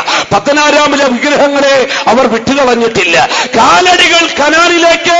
പക്ഷെ ഇപ്പോഴും ജീവിതത്തിൽ പദ്ദനാരാമിലെ വിഗ്രഹങ്ങൾ സൂക്ഷിച്ചിരിക്കുകയാ. പഴയ സ്വഭാവം മാറ്റിയിട്ടില്ല. മനസ്സിപ്പോഴും പഴയ ജീവിതത്തിലേക്ക് കിടക്കുകയാകുന്നു ചെയ്യുന്നത്. ഇസ്രായേൽ മക്കൾ മിസ്രയീമിൽ നിന്നും നല്ല ഉദ്ദേശത്തോടു കൂടെയാണ് അവർ കനാനിനെ നോക്കി യാത്ര പുറപ്പെട്ടത്. പക്ഷേ കനാൻ ദേശത്ത് അവർക്ക് എല്ലാവർക്കും എത്തിച്ചേരുവാൻ സാധിച്ചില്ല. എന്തുകൊണ്ടത് സാധിച്ചില്ല എന്നുള്ളതിനെ കുറിച്ച് ചിന്തിക്കണം. അതിന് വ്യക്തമായ കാരണമുണ്ട്. റാഹേലിന് സംഭവിച്ചത് അവർക്കും സംഭവിച്ചത്. അവരുടെ കാലടികൾ കനാനിലേക്ക്, പക്ഷേ അവരുടെ മനസ്സോ മിസ്രയീമിൽ കിടക്കുകയാ ചെയ്യുന്നത്. മുൻപോട്ട് പോകുന്നെങ്കിലും മനസ്സിപ്പോഴും മിസ്രയീമില്ല.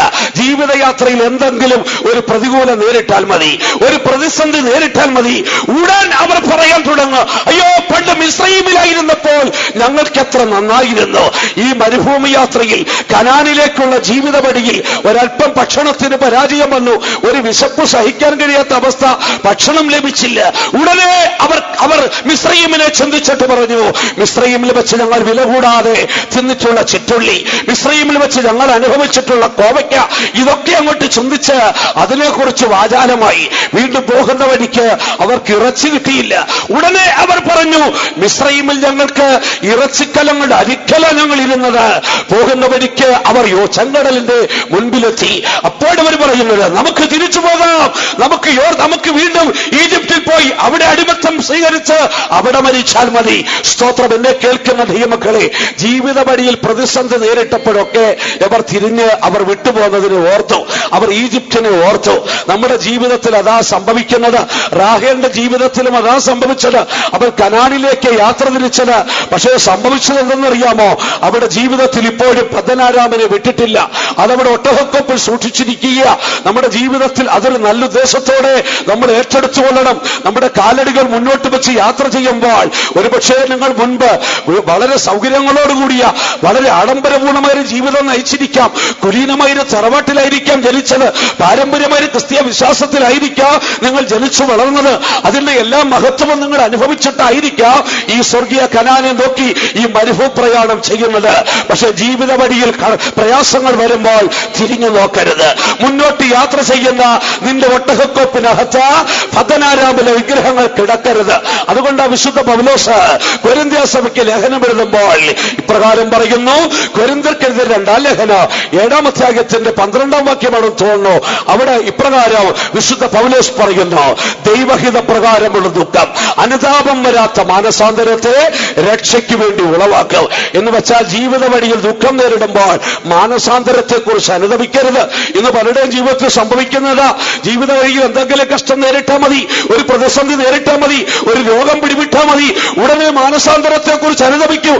രക്ഷിക്കപ്പെടേണ്ടായിരുന്നു, ഈ വിശ്വാസം സ്വീകരിക്കേണ്ടായിരുന്നു, സ്നാനം എടുക്കേണ്ടായിരുന്നു, ഈ പെന്തക്കോസ്ത് കൂട്ടായ്മയിലേക്ക് വരണ്ടായിരുന്നു. മാനസാന്തരത്തെ കുറിച്ച് ഒരിക്കലും നീ അനുദപിക്കല്ല. ചെയ്തു പോയല്ലോ, രക്ഷിക്കപ്പെട്ടു പോയല്ലോ, മാനസാന്തരപ്പെട്ടു പോയല്ലോ, സ്നാനമെടുത്തു പോയല്ലോ എന്നൊരിക്കൽ പോലും നിന്റെ നാവ് കൊണ്ട് പറയരുത്. അത് നിന്റെ ജീവിതത്തിൽ ശിക്ഷാവിധിക്ക് കാരണമായി തീരും.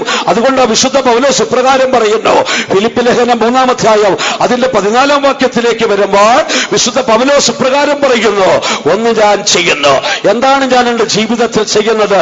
എന്റെ പിൻപിലുള്ളതിനെ ഞാൻ മറന്നുകൊണ്ട് മുൻപിലുള്ളതിനെ കാഞ്ഞുകൊണ്ട് പരമവിളിയിൽ ക്രിസ്തയേശുവിൽ എന്റെ വിരുദ് പ്രാപിക്കുവാൻ ഞാൻ ലാക്കിലേക്ക് ഓടുന്നു. ആ ഒരു ദൈവിക വെളിപ്പാട് എല്ലാ ദൈവമക്കളുടെയും ജീവിതത്തിൽ ഉണ്ടായിരിക്കണം. പിൻപിൽ നമുക്ക് പലതും ഉണ്ടായിരുന്നിരിക്കാം. പൗലോസിനെ സംബന്ധിച്ചിടത്തോളം അവന്റെ പിൻപിൽ ഒരുപാടുണ്ടായിരുന്നു.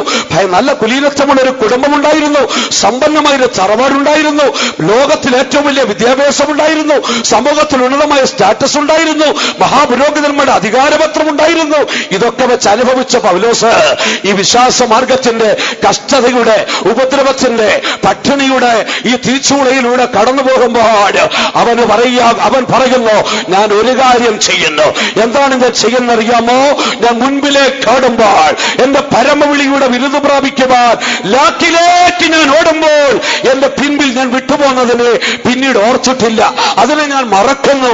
ആകെ പ്രിയപ്പെട്ട ദൈവമക്കളെ, നമുക്കത് കഴിയട്ടെ.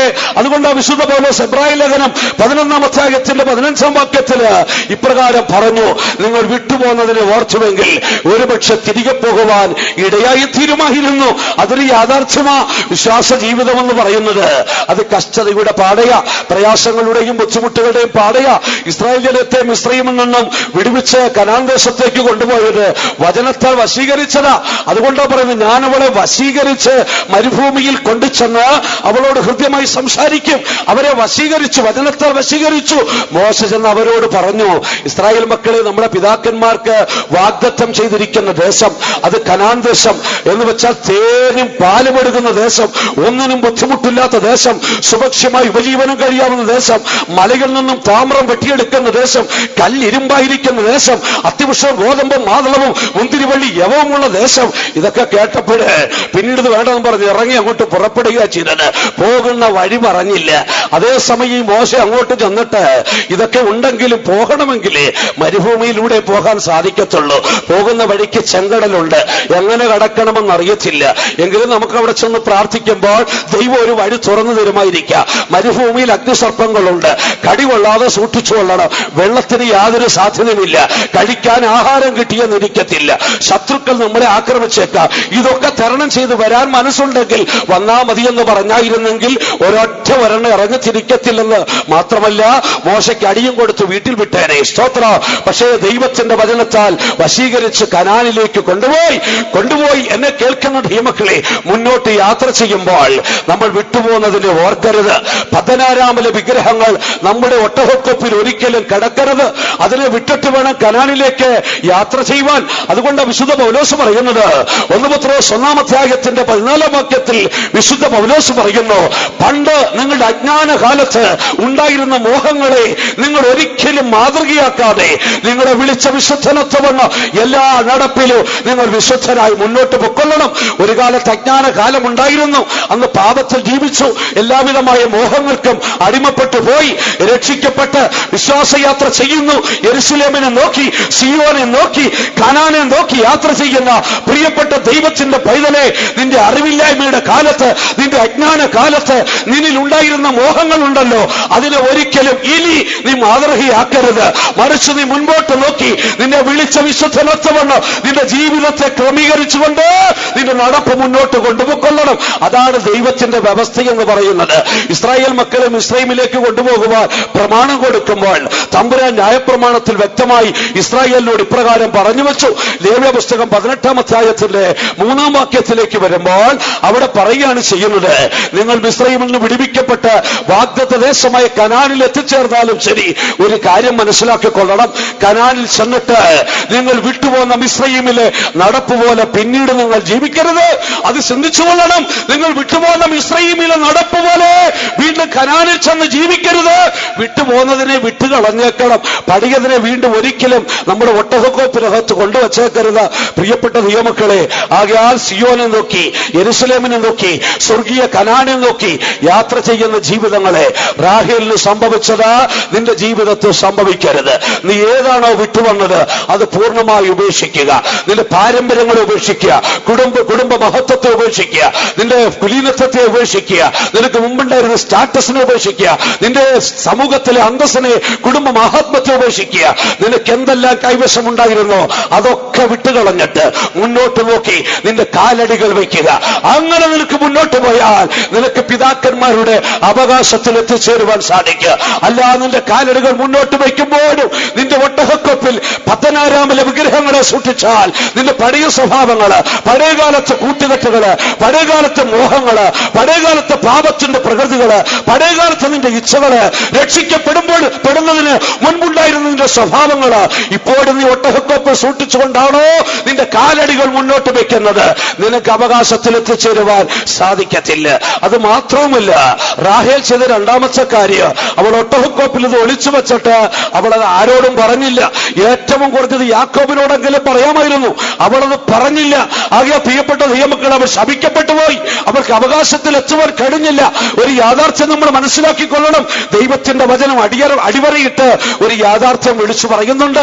സദൃശവാക്യങ്ങളിലേക്ക് വരുമ്പോൾ 28-ാം അധ്യായത്തിന്റെ 13-ാം വാക്യത്തിൽ നമ്മൾ ഇപ്രകാരം വായിക്കുന്നു: തന്റെ ലംഘനങ്ങളെ മറയ്ക്കുന്നവന് ശുഭം വരികയില്ല, മറിച്ച് അവയെ ഏറ്റുപറഞ്ഞുപേക്ഷിച്ചാൽ നിശ്ചയമായിട്ടും ദൈവത്തിന്റെ കരുണ ലഭിക്കും.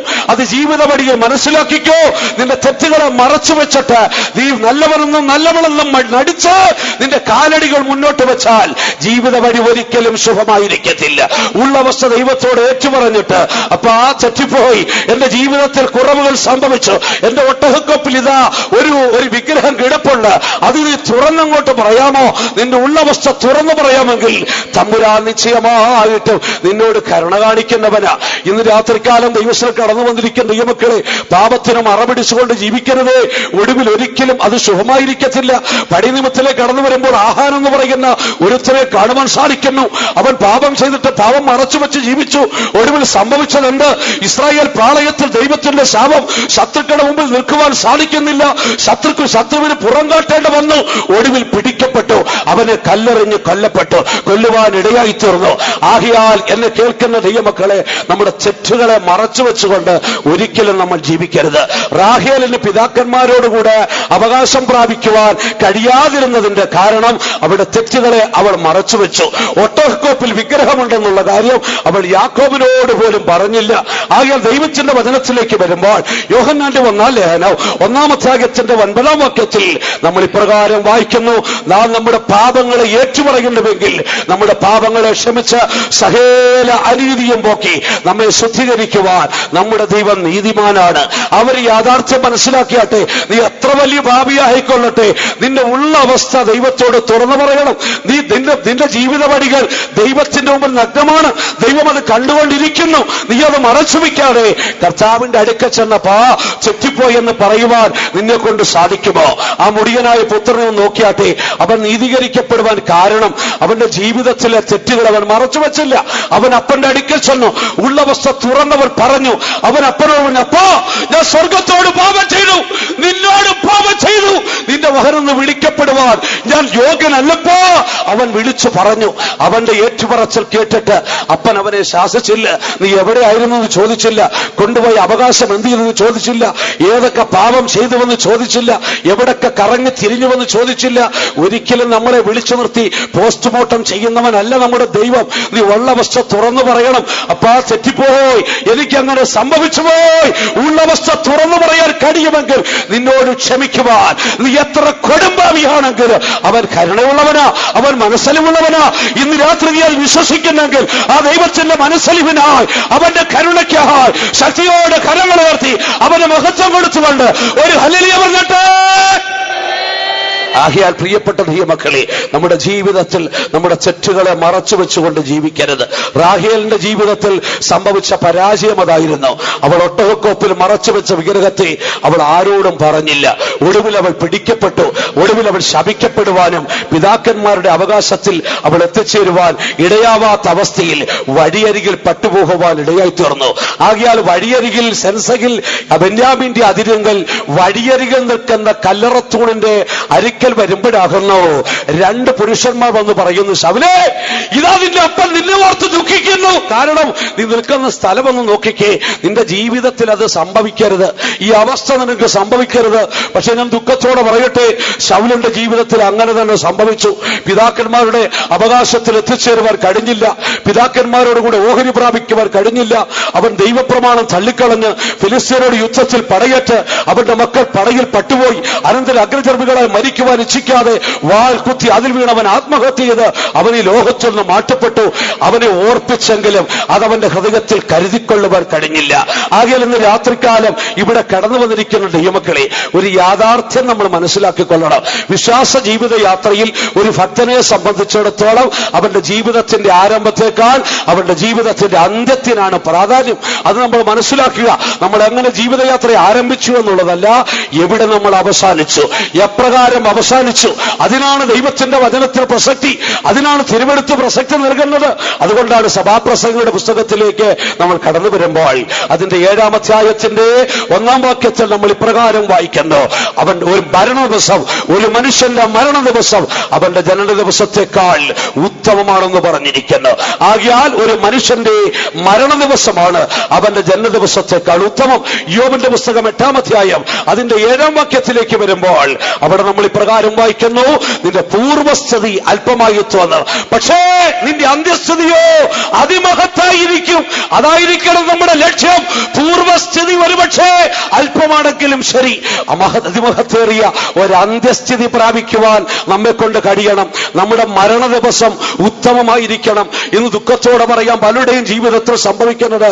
ഗലാത്യ സഭയ്ക്ക് വിശുദ്ധ പൗലോസ് ലേഖനം എഴുതുമ്പോൾ പറയുന്നു, ഗലാത്യ ലേഖനം 3-ാം അധ്യായത്തിന്റെ 3-ാം വാക്യത്തിലേക്ക് വരുമ്പോൾ വിശുദ്ധ പൗലോസ് പറയുകയാണ്: നിങ്ങൾ ആത്മാവ് കൊണ്ട് ആരംഭിച്ചിട്ട് ഇപ്പോൾ ജഡം കൊണ്ടോ അവസാനിക്കുന്നു എന്ന് ചോദിക്കുന്നു. ആത്മാവ് കൊണ്ട് ആരംഭിച്ചിട്ട് ജഡത്തിൽ അവസാനിക്കുന്ന കാഴ്ചയാണ് ഇന്ന് ലോകത്തിൽ അനേക മനുഷ്യരുടെ ജീവിതത്തിൽ കാണുന്നത്.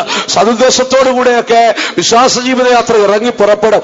ആത്മാവിലെ ആരംഭമൊക്കെ പിന്നീട് കുറച്ചുനാൾ കഴിയുമ്പോൾ ആത്മാവ് വിട്ടുപോകും, ജഡത്തിൽ അവസാനിക്കും, വഴിയരികിൽ അടക്കം പ്രാപിക്കും, പിതാക്കന്മാരുടെ അവകാശത്തിൽ എത്തുവാൻ കഴിയത്തില്ല.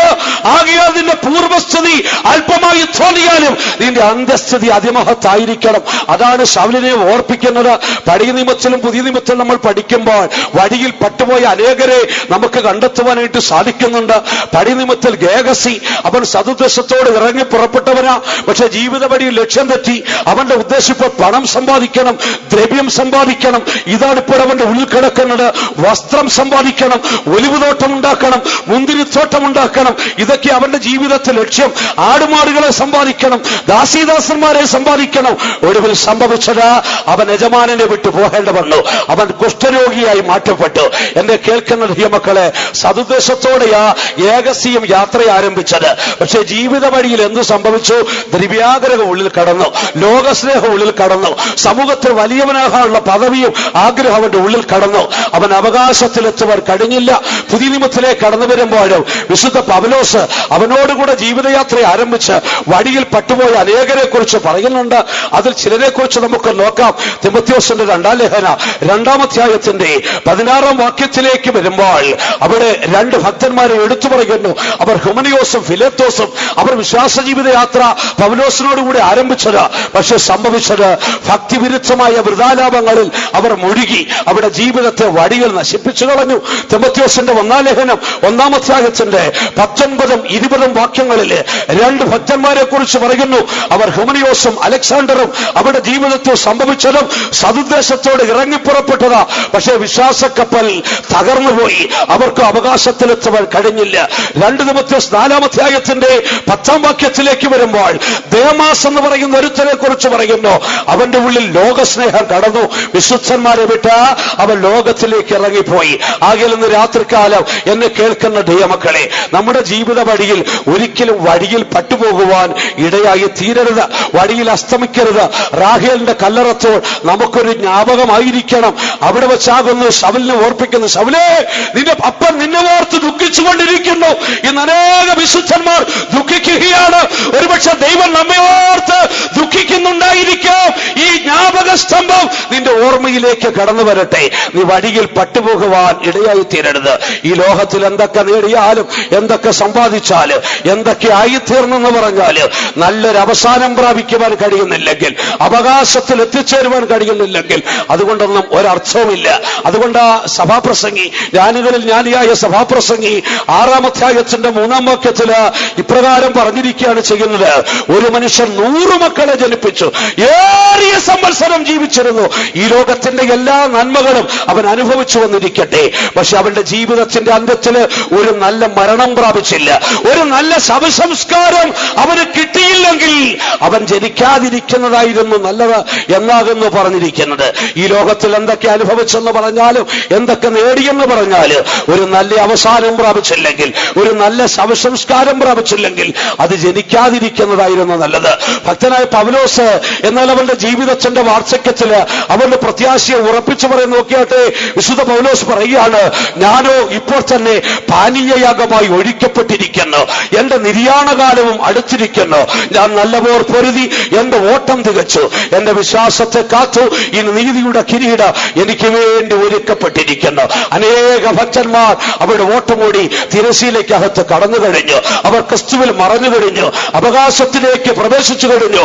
വിശ്വാസ ജീവിതയാത്രയിൽ മുന്നോട്ടോടുന്ന പ്രിയപ്പെട്ട ധീയമക്കളെ, നമ്മുടെ ഒട്ടകക്കൊപ്പിൽ പത്തനാരാമിലെ വിഗ്രഹങ്ങൾ കാണരുത്. പാപത്തെ മറച്ചു വെച്ചുകൊണ്ട് നിങ്ങൾ മുന്നോട്ടോടരുത്. മുന്നോട്ട് യാത്ര ചെയ്യുമ്പോൾ നിന്റെ ഹൃദയം പഴയ ജീവിതത്തിലേക്ക് തിരിഞ്ഞു പോകുവാൻ ഇടയായിത്തീരരുത്. വഴിയിൽ പട്ടുപോകുവാൻ ഇടയായിത്തീരരുത്. റാഹേലിന്റെ കല്ലറത്തോൾ നിന്റെ ജീവിതത്തിൽ ഒരു ജ്ഞാപകമായിരിക്കട്ടെ. അതുകൊണ്ട് 107-ാം സങ്കീർത്തനത്തിന്റെ 30-ാം വാക്യം ചെല്ലുമ്പോൾ ഇങ്ങനെ വായിക്കുന്നു, ശാന്തത വന്നതുകൊണ്ട് അവർ സന്തോഷിച്ചു, അവർ ആശിച്ച തുറമുഖത്ത് അവരെത്തിച്ചേർന്നു. ആകയാൽ നമ്മുടെ ജീവിതത്തിൽ അങ്ങനെ നമുക്ക് ഒരു ലക്ഷ്യത്തിലേക്ക് പ്രയാണം ചെയ്യാം. ആശിച്ച തുറമുഖത്തെ ലക്ഷ്യമാക്കി ഈ വിശ്വാസ ജീവിത പടകിനെ മുന്നോട്ട് നയിക്കുമ്പോൾ എന്നെ കേൾക്കുന്ന പ്രിയ സഹോദര, പ്രിയ യൗവനക്കാര, പ്രിയ മാതാവേ, പ്രിയ യൗവനക്കാരി, റാഹേലിന്റെ കല്ലറത്തോൾ വഴിയരികിൽ നിനക്കൊരു ജ്ഞാപക സ്തംഭമായിരിക്കട്ടെ. പിതാക്കന്മാരുടെ അവകാശത്തിൽ എത്തുവാൻ കഴിയാതെ വഴിയരികിൽ അവൾ പട്ടുപോയി. അത് നമ്മുടെ ജീവിതത്തിൽ സംഭവിക്കരുത്. ശമൂവേൽ ശൗലിന് കൊടുക്കുന്ന ഒന്നാമത്തെ അരുളപ്പാട് അതാണ്, നീ അത് സൂക്ഷിച്ചു കൊള്ളണം. അതവനെ ഓർപ്പിക്കുകയാണ് ചെയ്യുന്നത്. രണ്ടാമത്തെ അരുളപ്പാടിലേക്ക് നിങ്ങളുടെ ശ്രദ്ധയിൽ ഞാൻ കൊണ്ടുവരട്ടെ. അതിന്റെ 10-ാം അധ്യായത്തിന്റെ 1 ശമൂവേൽ 10-ാം അധ്യായം അതിന്റെ 3-ാം വാക്യത്തിലേക്ക് വരുമ്പോൾ അവിടെ രണ്ടാമത്തെ അരുളപ്പാട് അറിയിക്കുന്നു. അവിടെ പറയുന്നത്, നീ അവിടെ നിന്ന് മുന്നോട്ട് പോകുമ്പോൾ, വായിച്ചാട്ടെ, അവിടെ നിന്ന് നീ മുൻപോട്ട് ചെന്ന് താബോരിലെ കരുവേലകത്തിനരികെ എത്തുമ്പോൾ ഒരുത്തൻ 3 ആട്ടിൻകുട്ടിയെയും. നീ അവിടെ നിന്ന് യാത്ര ചെയ്ത് താബോരിലെ കരുവേലകത്തിന്റെ അടുക്കലെത്തുമ്പോൾ ഒരുത്തൻ 3 ആട്ടിൻകുട്ടി, ഒരുത്തൻ 3 അപ്പം, ഒരുത്തൻ 1 തുരുത്തി വീഞ്ഞുമായി നിന്നെ എതിരിടുവാൻ ഇടയായിത്തീരും. അവർ നിന്നോട് കുശലം ചോദിക്കും. അവർ ബഥേലിൽ യാഗം കഴിക്കാൻ പോവുകയാണ്. അവർ നിന്നോട് കുശലം ചോദിച്ചിട്ട് അവർ നിനക്ക് 2 അപ്പം തരും. നീ അത് വാങ്ങിച്ചു കൊള്ളണം. ഇത് രണ്ടാമത്തെ അരുളപ്പാട്. ഈ വിഷയത്തിൽ മറഞ്ഞു കിടക്കുന്നത് അതിപ്രധാനമായ 2 വിഷയങ്ങളാ. ഒന്ന്, നീ പോകുമ്പോൾ ശ്രദ്ധിക്കേണ്ടത്, ഒന്ന്, ഒരു കരുവേലകം നീ കാണും. ആ കരുവേലകത്തിന്റെ അടുത്ത് നീ എത്തുമ്പോൾ നീ കാണുന്നത് ബഥേലിൽ യാഗം കഴിക്കുവാൻ പോകുന്ന 3 പേരെ നിനക്ക് കാണുവാൻ സാധിക്കും. അത് നിന്റെ ഓർമ്മയിലിരിക്കണം. എന്താണ് ഈ പറഞ്ഞിരിക്കുന്നതിന്റെ അർത്ഥം എന്ന് പറയുന്നത്? ബഥേലിൽ നീ കരുവേലകത്തിന്റെ അടുക്കലെത്തുമ്പോൾ ബഥേലിൽ യാഗം കഴിക്കുവാൻ പോകുന്ന 3 പേരെ കാണുമെന്ന് പറഞ്ഞാൽ ശൗലിന് പെട്ടെന്ന് തിരിച്ചറിയും. കാര്യം അവന്റെ പിതാവായിരിക്കുന്ന യാക്കോബിന്റെ ജീവിതത്തിൽ അത് സംഭവിച്ചിട്ടുണ്ട്. യാക്കോബ് ഒരിക്കൽ ശേഖേമിൽ വന്ന് പാർത്തു. വിവിധങ്ങളാകുന്ന പരീക്ഷകൾ അവന്റെ ജീവിതത്തിൽ നേരിട്ടു. ദൈവം യാക്കോബിനോട് പറഞ്ഞു, യാക്കോബേ, നീ ബഥേലിലേക്ക് പോകുക, അവിടെ ചെന്ന് നീ എനിക്കൊരു യാഗപീഠം പണിയുക, നിന്റെ ഇടയിലുള്ള അന്യദേവങ്ങളെ നീക്കിക്കളയുക, നിന്റെ വസ്ത്രമലയ്ക്ക് നീ ശുദ്ധീകരിക്കുക. ഈ അരുളപ്പാട് അവൻ കേട്ടപ്പോൾ ഉൽപ്പത്തി പുസ്തകം 35-ാം അധ്യായത്തിന്റെ 4-ാം വാക്യത്തിലേക്ക് വരുമ്പോൾ യാക്കോബ് എന്താ ചെയ്തെന്നറിയാമോ? ഇസ്രായേൽ പാളയത്തിലുണ്ടായിരുന്ന അന്യദേവന്മാരെയും അവരുടെ കാതിലെ കുണുക്കുകളെയും കരുവേലകത്തിന്റെ കീഴിൽ കൊണ്ടുപോയി കുഴിച്ചിടുകയുണ്ടായി. കരുവേലകത്തിന്റെ കീഴിൽ കൊണ്ടുപോയി ഈ കാതിലെ കുണുക്കുകളെയും ഈ അന്യദേവന്മാരുടെ വിഗ്രഹങ്ങളായി കുടിച്ചിട്ടിട്ട് അവൻ ബഥേലിലേക്ക് കടന്നുപോയി യാഗം കഴിച്ചു. സ്തോത്രം. ഈ സംഭവമാണ് ശമൂവേൽ ആരെ ഓർപ്പിക്കുന്നത്? ശൗലിനെ ഓർപ്പിക്കുന്നത്. നീ അവിടെ നിന്ന് പുറപ്പെട്ടു പോകുമ്പോൾ ഇതാ താബോരിലെ കരുവേലകത്തിന്റെ അടുത്തെത്തും. അവിടെ എത്തുമ്പോൾ ബഥേലിലേക്ക് പോകുന്ന 3 പുരുഷന്മാർ നിനക്ക് എതിർപ്പെടുവാൻ ഇടയായിത്തീരും. ബഥേലിലേക്ക് പോകുന്നത് യാഗം കഴിക്കുവാനാകുന്നു. ആകയാൽ എന്നെ കേൾക്കുന്ന ദൈവമക്കളെ, യാഗം കഴിക്കുവാൻ ബഥേലിൽ പോകും മുമ്പ് യാക്കോബ് എന്താണ് ചെയ്തത്? അവൻ തന്റെ കയ്യിലുണ്ടായിരുന്ന, തന്റെ പാളയത്തിലുണ്ടായിരുന്ന വിഗ്രഹങ്ങൾ, തന്റെ പാളയത്തിലുണ്ടായിരുന്ന കാതിലെ കുണുക്കുകൾ, അന്യമായതൊക്കെ പിടിച്ചു വാങ്ങി ഈ കരുവേലകത്തിന്റെ കീഴിൽ കൊണ്ടു ചെന്ന് കുടിച്ചിട്ടിട്ട് പിന്നീട് ബഥേലിൽ പോയി യാഗം കഴിച്ചു. ആകയാൽ ബഥേലിൽ പോയി യാഗം കഴിക്കും മുമ്പ് ഈ ഒരു വിഷയം ഓർത്തുകൊള്ളണം. അതാ കരുവേലകത്തിന്റെ കാര്യം പറഞ്ഞത്. ശൗലേ, കുടിച്ചിടാനുള്ളത് കുടിച്ചിട്ടിട്ട് ബഥേലിൽ യാഗം കഴിക്കാൻ പോകാവൂ. നീക്കിക്കളയാനുള്ളത് നീക്കിക്കളഞ്ഞിട്ട് മാത്രമേ ബഥേലിൽ യാഗം കഴിക്കാൻ പോകാവൂ. ഇന്ന് പലരും യാഗം കഴിക്കാൻ പോകുന്നുണ്ട്, പ്രാർത്ഥിക്കുന്നുണ്ട്, ഉപവാസം എടുക്കുന്നുണ്ട്, ദൈവത്തെ വിളിക്കുന്നുണ്ട്. പക്ഷെ കുടിച്ചിടേണ്ടതൊന്നും കുടിച്ചിട്ടിട്ടില്ല, നീക്കിക്കളയേണ്ടതൊന്നും നീക്കി നീക്കിക്കളഞ്ഞിട്ടില്ല. അന്യദൈവങ്ങളുടെ വിഗ്രഹങ്ങൾ ഇരിക്കുന്നു, കാതിലെ കുണുക്കുകൾ ഇരിക്കുന്നു, ജീവിതത്തിൽ അന്യമായ സ്വഭാവങ്ങൾ ഇരിക്കുന്നു. ഇതിനെയൊക്കെ കൈവശം വെച്ചുകൊണ്ട് ബേഥേലിൽ യാഗം കഴിക്കാൻ പോകരുത്.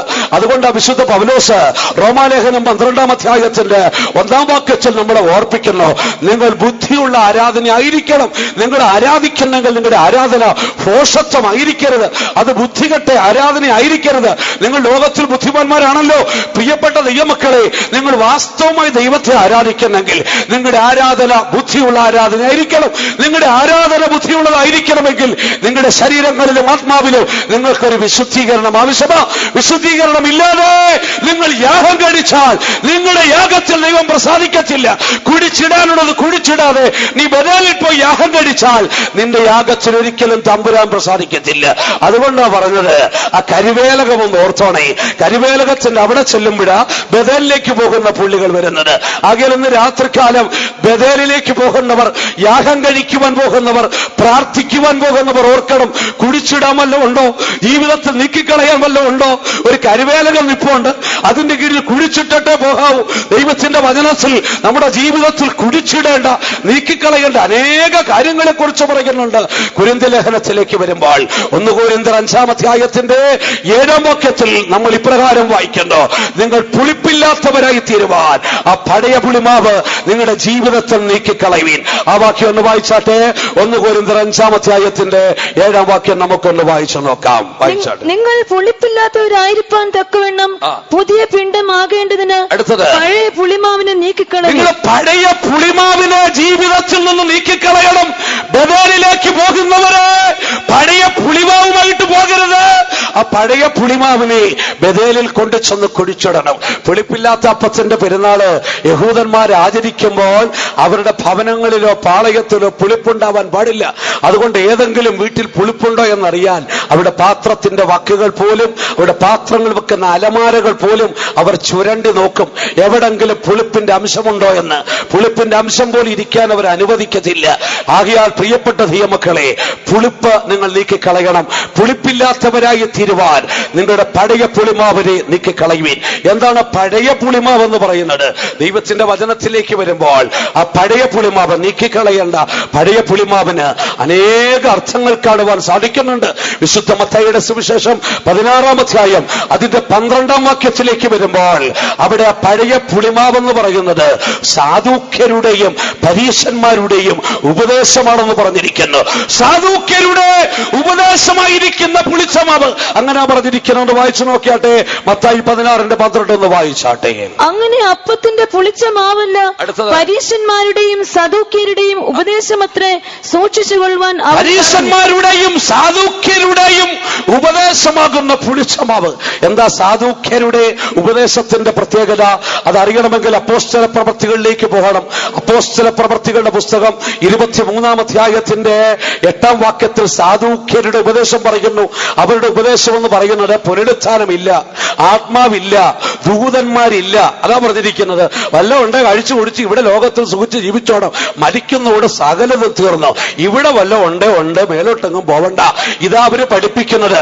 മനുഷ്യന് പുനരുത്ഥാനമില്ല, മരണാനന്തര ജീവിതം ഇല്ല, ദൂതന്മാർ ഇല്ല. ഇതാ അവർ പഠിപ്പിക്കുന്ന. വായിച്ചു നോക്കിയാട്ടെ. 23-ന്റെ 8-ാം വാക്യം വായിച്ചാട്ടെ.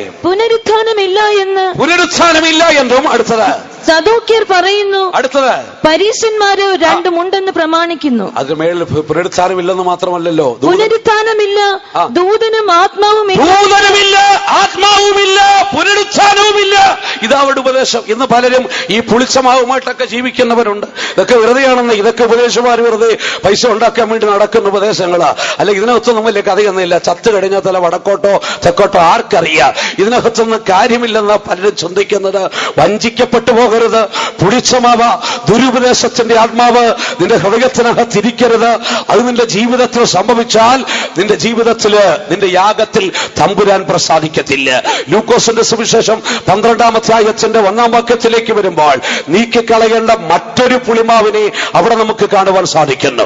അവിടെ നമുക്ക് നീക്കിക്കളയുവാൻ പറയുന്നത് പരീശന്മാരുടെ ഹിപ്പോക്രസി, അവരുടെ കപടഭക്തിയാകുന്ന പുളിച്ചമാവിനെ നീക്കിക്കളയുവീൻ. അങ്ങനെ പറഞ്ഞിരിക്കുന്നത്. പരീശന്മാരുടെ കപടഭക്തി, അതും ഒരു പുളിച്ചമാവ. അതിനെ കുഴിച്ചിട്ടേ പോയി ആരാധിക്കാവൂ.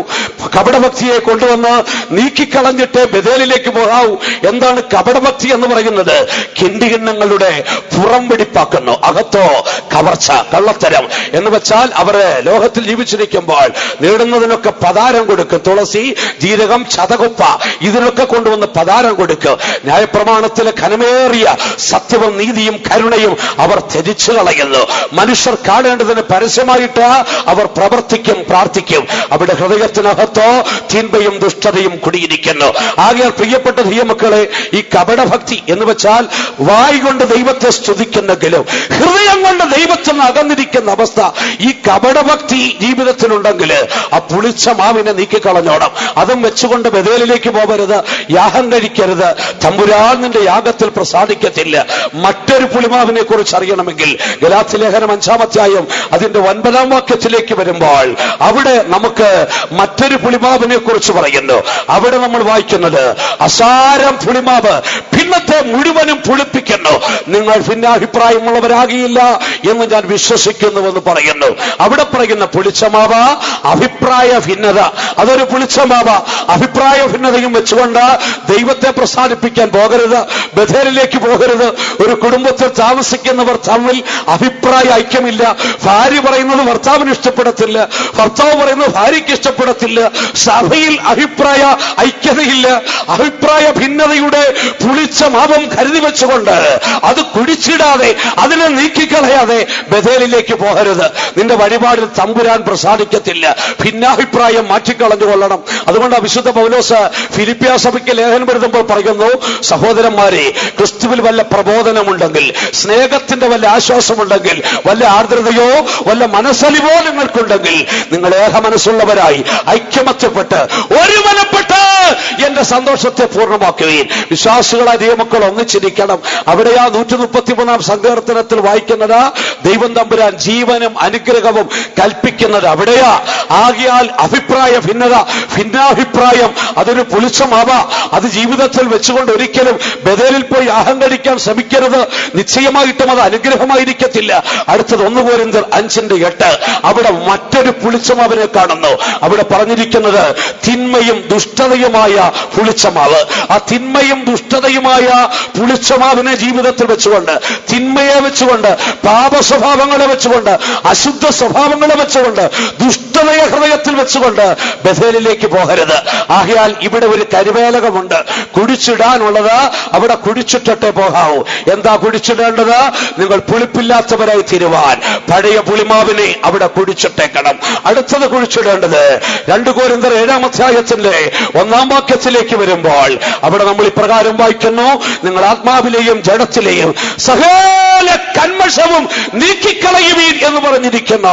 ആകയാൽ ബഥേലിലേക്ക് പോകും മുമ്പ് രണ്ടാമത് ചെയ്യേണ്ടത് ശ്രദ്ധിച്ചോണം.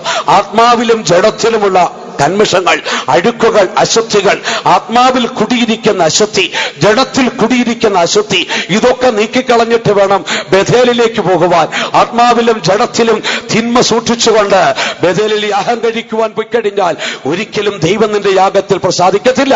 സഭാപ്രസംഗിയുടെ പുസ്തകം 11-ാം അധ്യായം അതിന്റെ 10-ാം വാക്യത്തേക്ക് വരുമ്പോൾ അവിടെ നമ്മൾ വായിക്കുന്നു, ദേഹത്ത് നിന്ന് നിന്റെ തിന്മയെ മാറ്റിക്കളവേ, നിന്റെ തിന്മയെ ദേഹത്ത് നിന്ന് മാറ്റിക്കളവേ. നിന്റെ കൈകളുടെ പ്രവൃത്തിയെ വെടിപ്പാക്കണം, കാലുകളുടെ പ്രവൃത്തിയെ വെടിപ്പാക്കണം, കണ്ണുകളുടെ പ്രവൃത്തിയെ വെടിപ്പാക്കണം, നാവിന്റെ പ്രവൃത്തിയെ വെടിപ്പാക്കണം.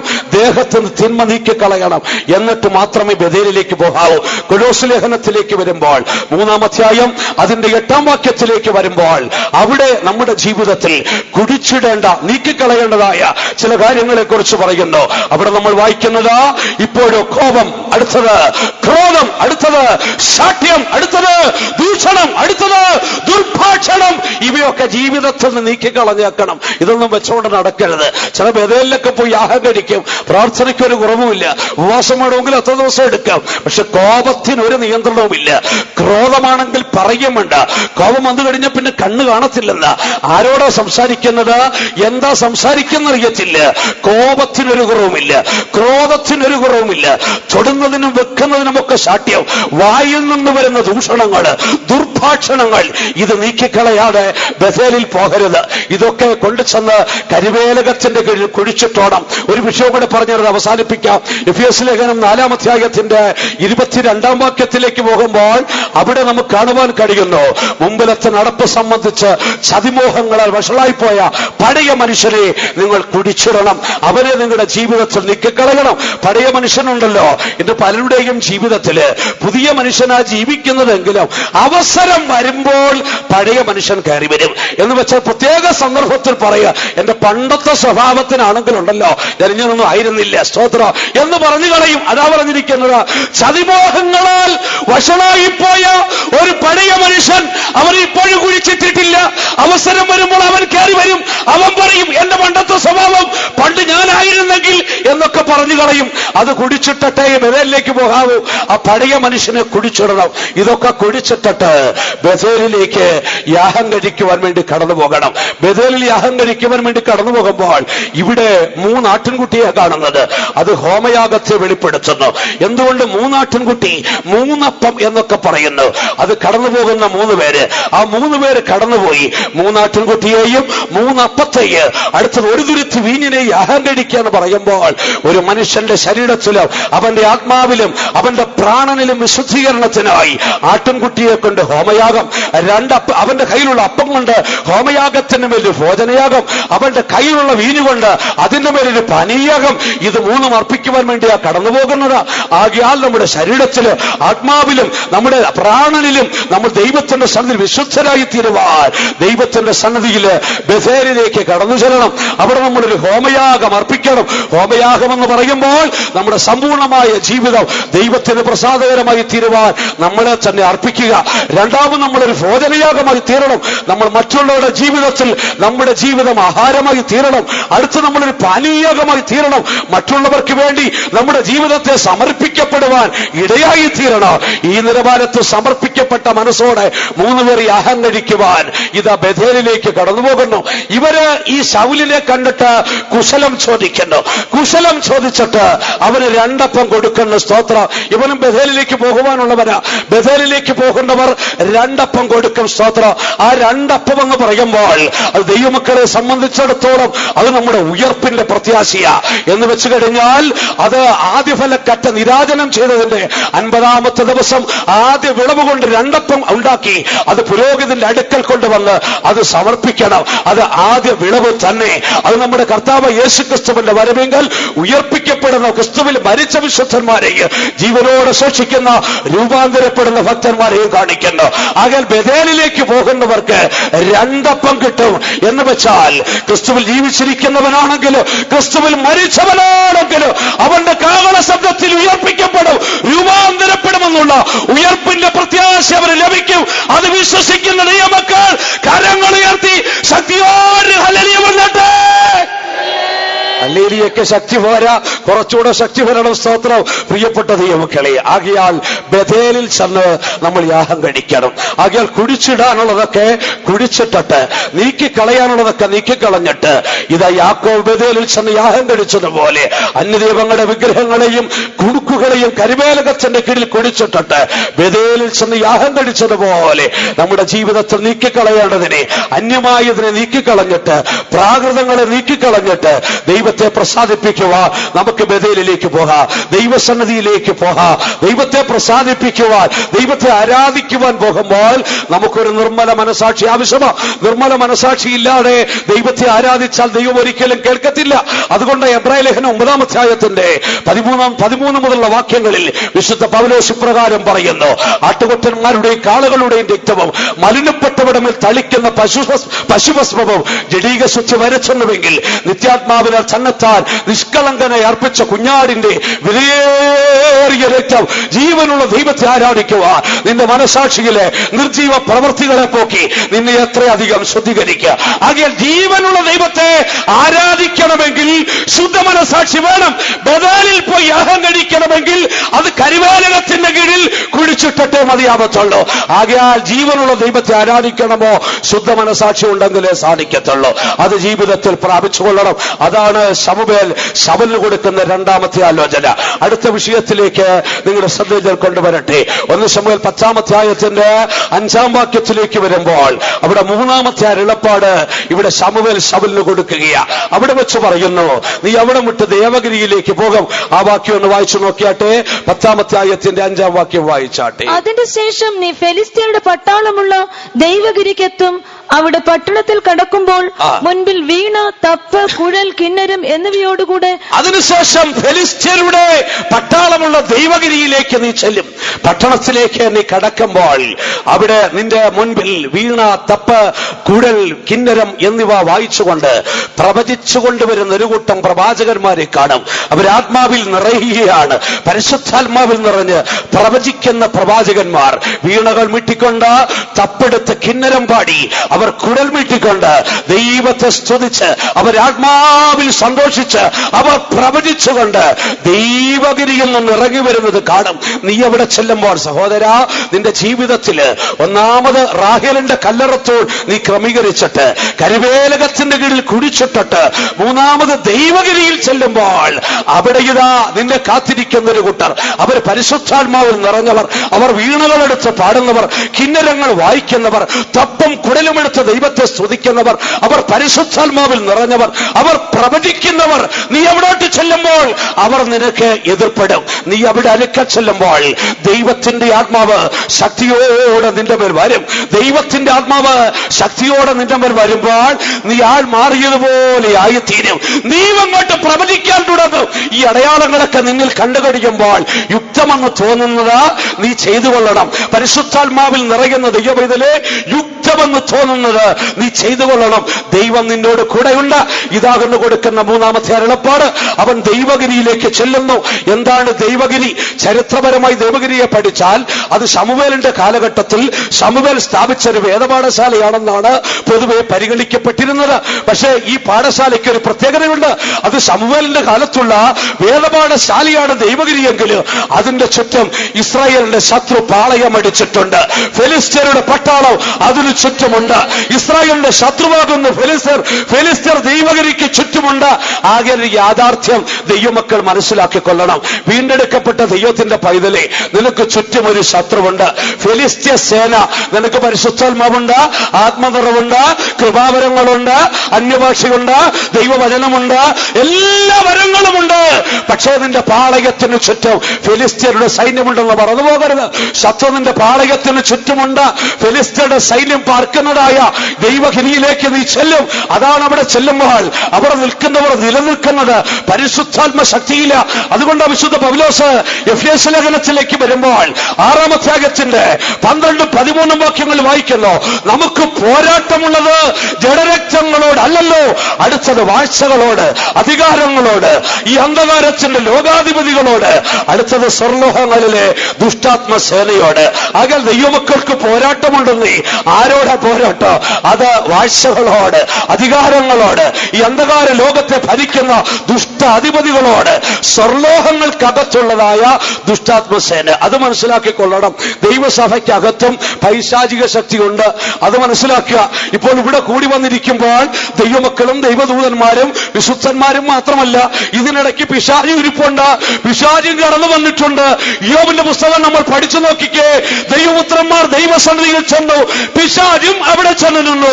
അങ്ങനെയാണ് നമ്മൾ വായിക്കുന്നത്.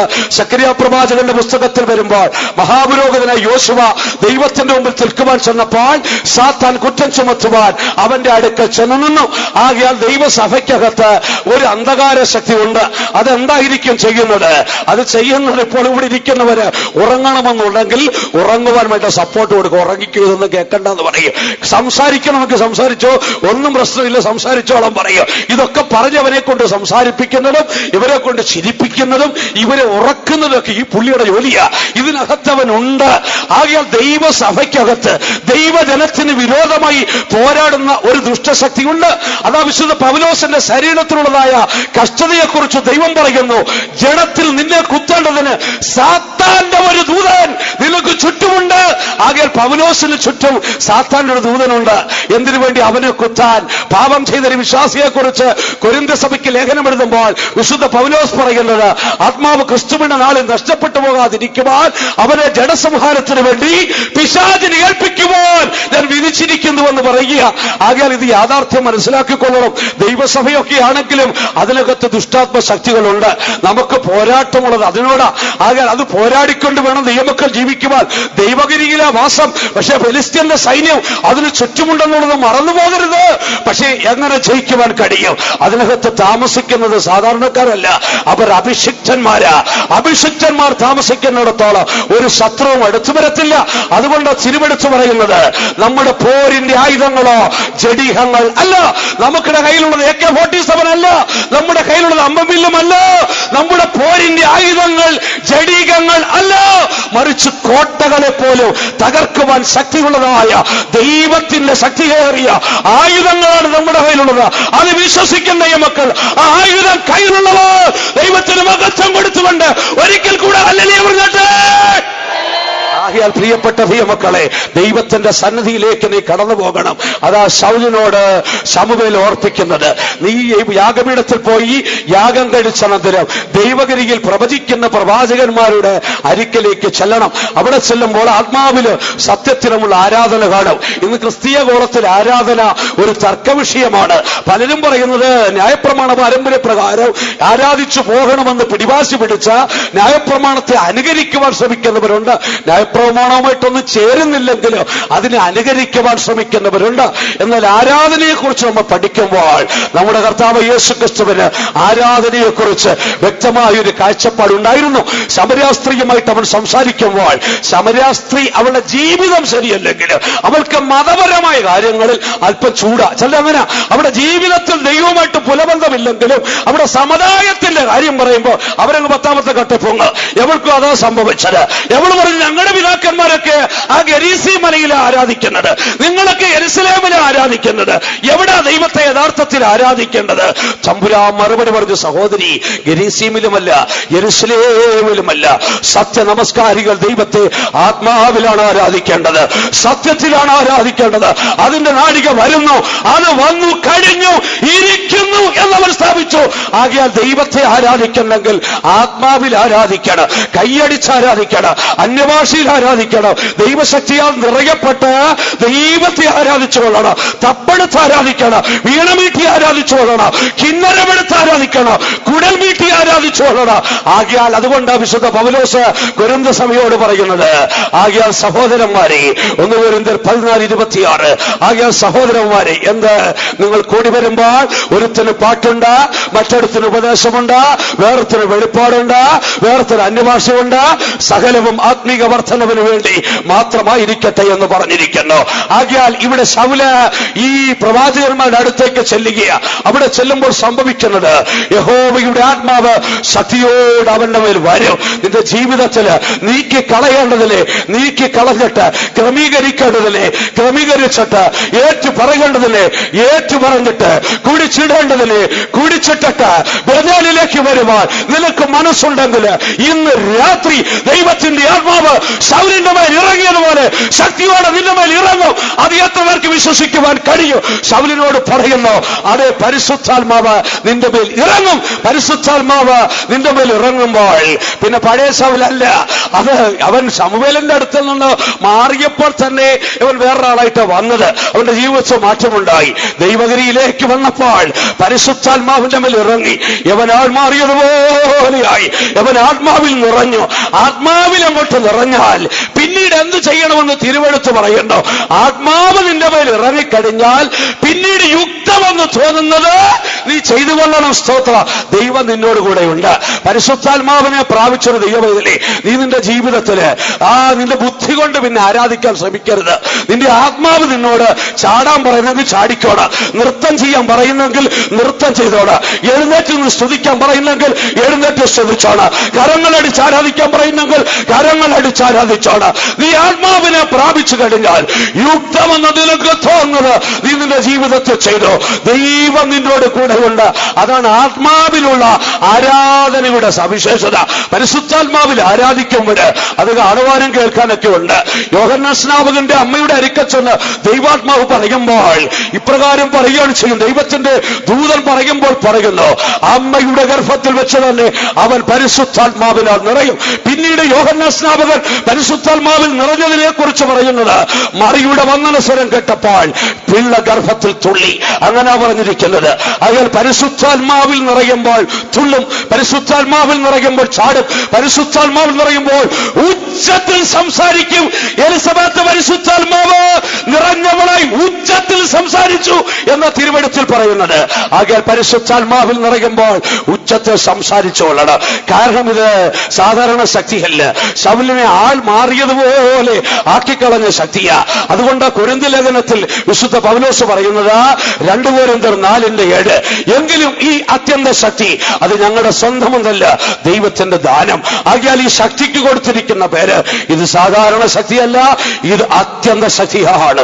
ദൈവം തമ്പുരാൻ നമുക്ക് തന്നിരിക്കുന്ന അത്യന്ത ശക്തിയാണ്.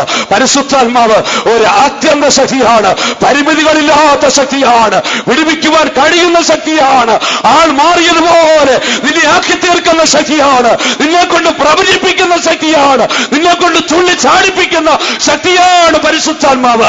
ആകയാൽ ശൗലേ, നീ ദൈവഗിരിയിൽ ചെന്നിട്ട് അവിടെ പരിശുദ്ധാത്മാവ് നിറഞ്ഞവരോട് ചേർന്ന് നീ പരിശുദ്ധാത്മാവിനെ പ്രാപിക്കണം. നീ അന്യഭാഷകളിൽ സംസാരിക്കണം, നീ പ്രവചിക്കണം. നിന്റെ ജീവിതം തന്നെ അടിമുടി മാറ്റപ്പെടുവാൻ ഇടയായിത്തീരുക.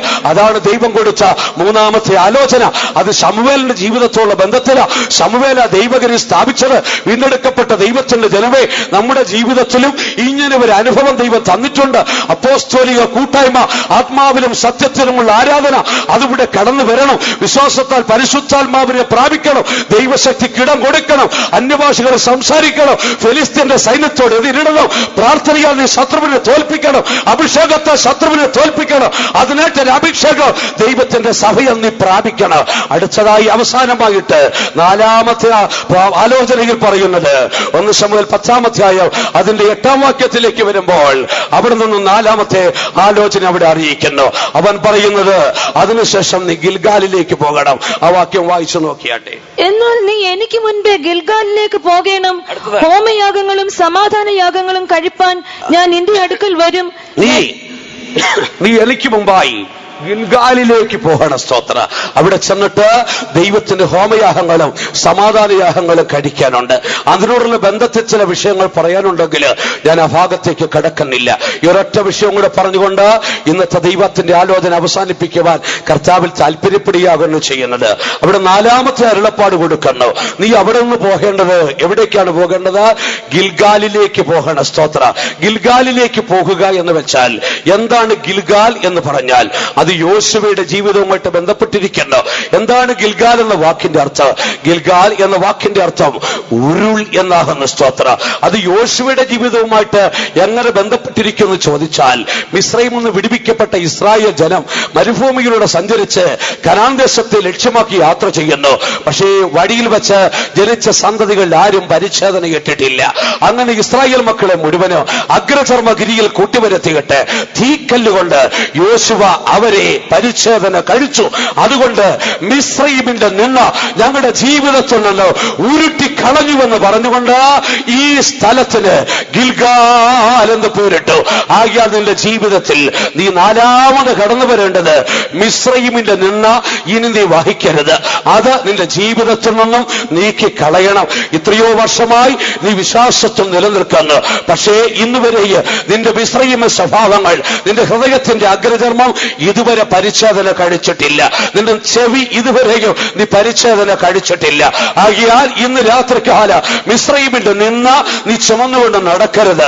രക്ഷിക്കപ്പെടും മുമ്പ് ഒരുപക്ഷെ നീ ക്രൂരനായ ഒരു വ്യക്തിയായിരിക്കാം, ഒരു കൊടുംപാവിയായിരുന്നിരിക്കാം, മദ്യപാനിയായിരുന്നിരിക്കാം, സമൂഹത്തിൽ നികൃഷ്ടനായിരുന്നിരിക്കാം, ഏത് നിലവാരത്തിലും ജീവിച്ചവനായിരുന്നിരിക്കാം.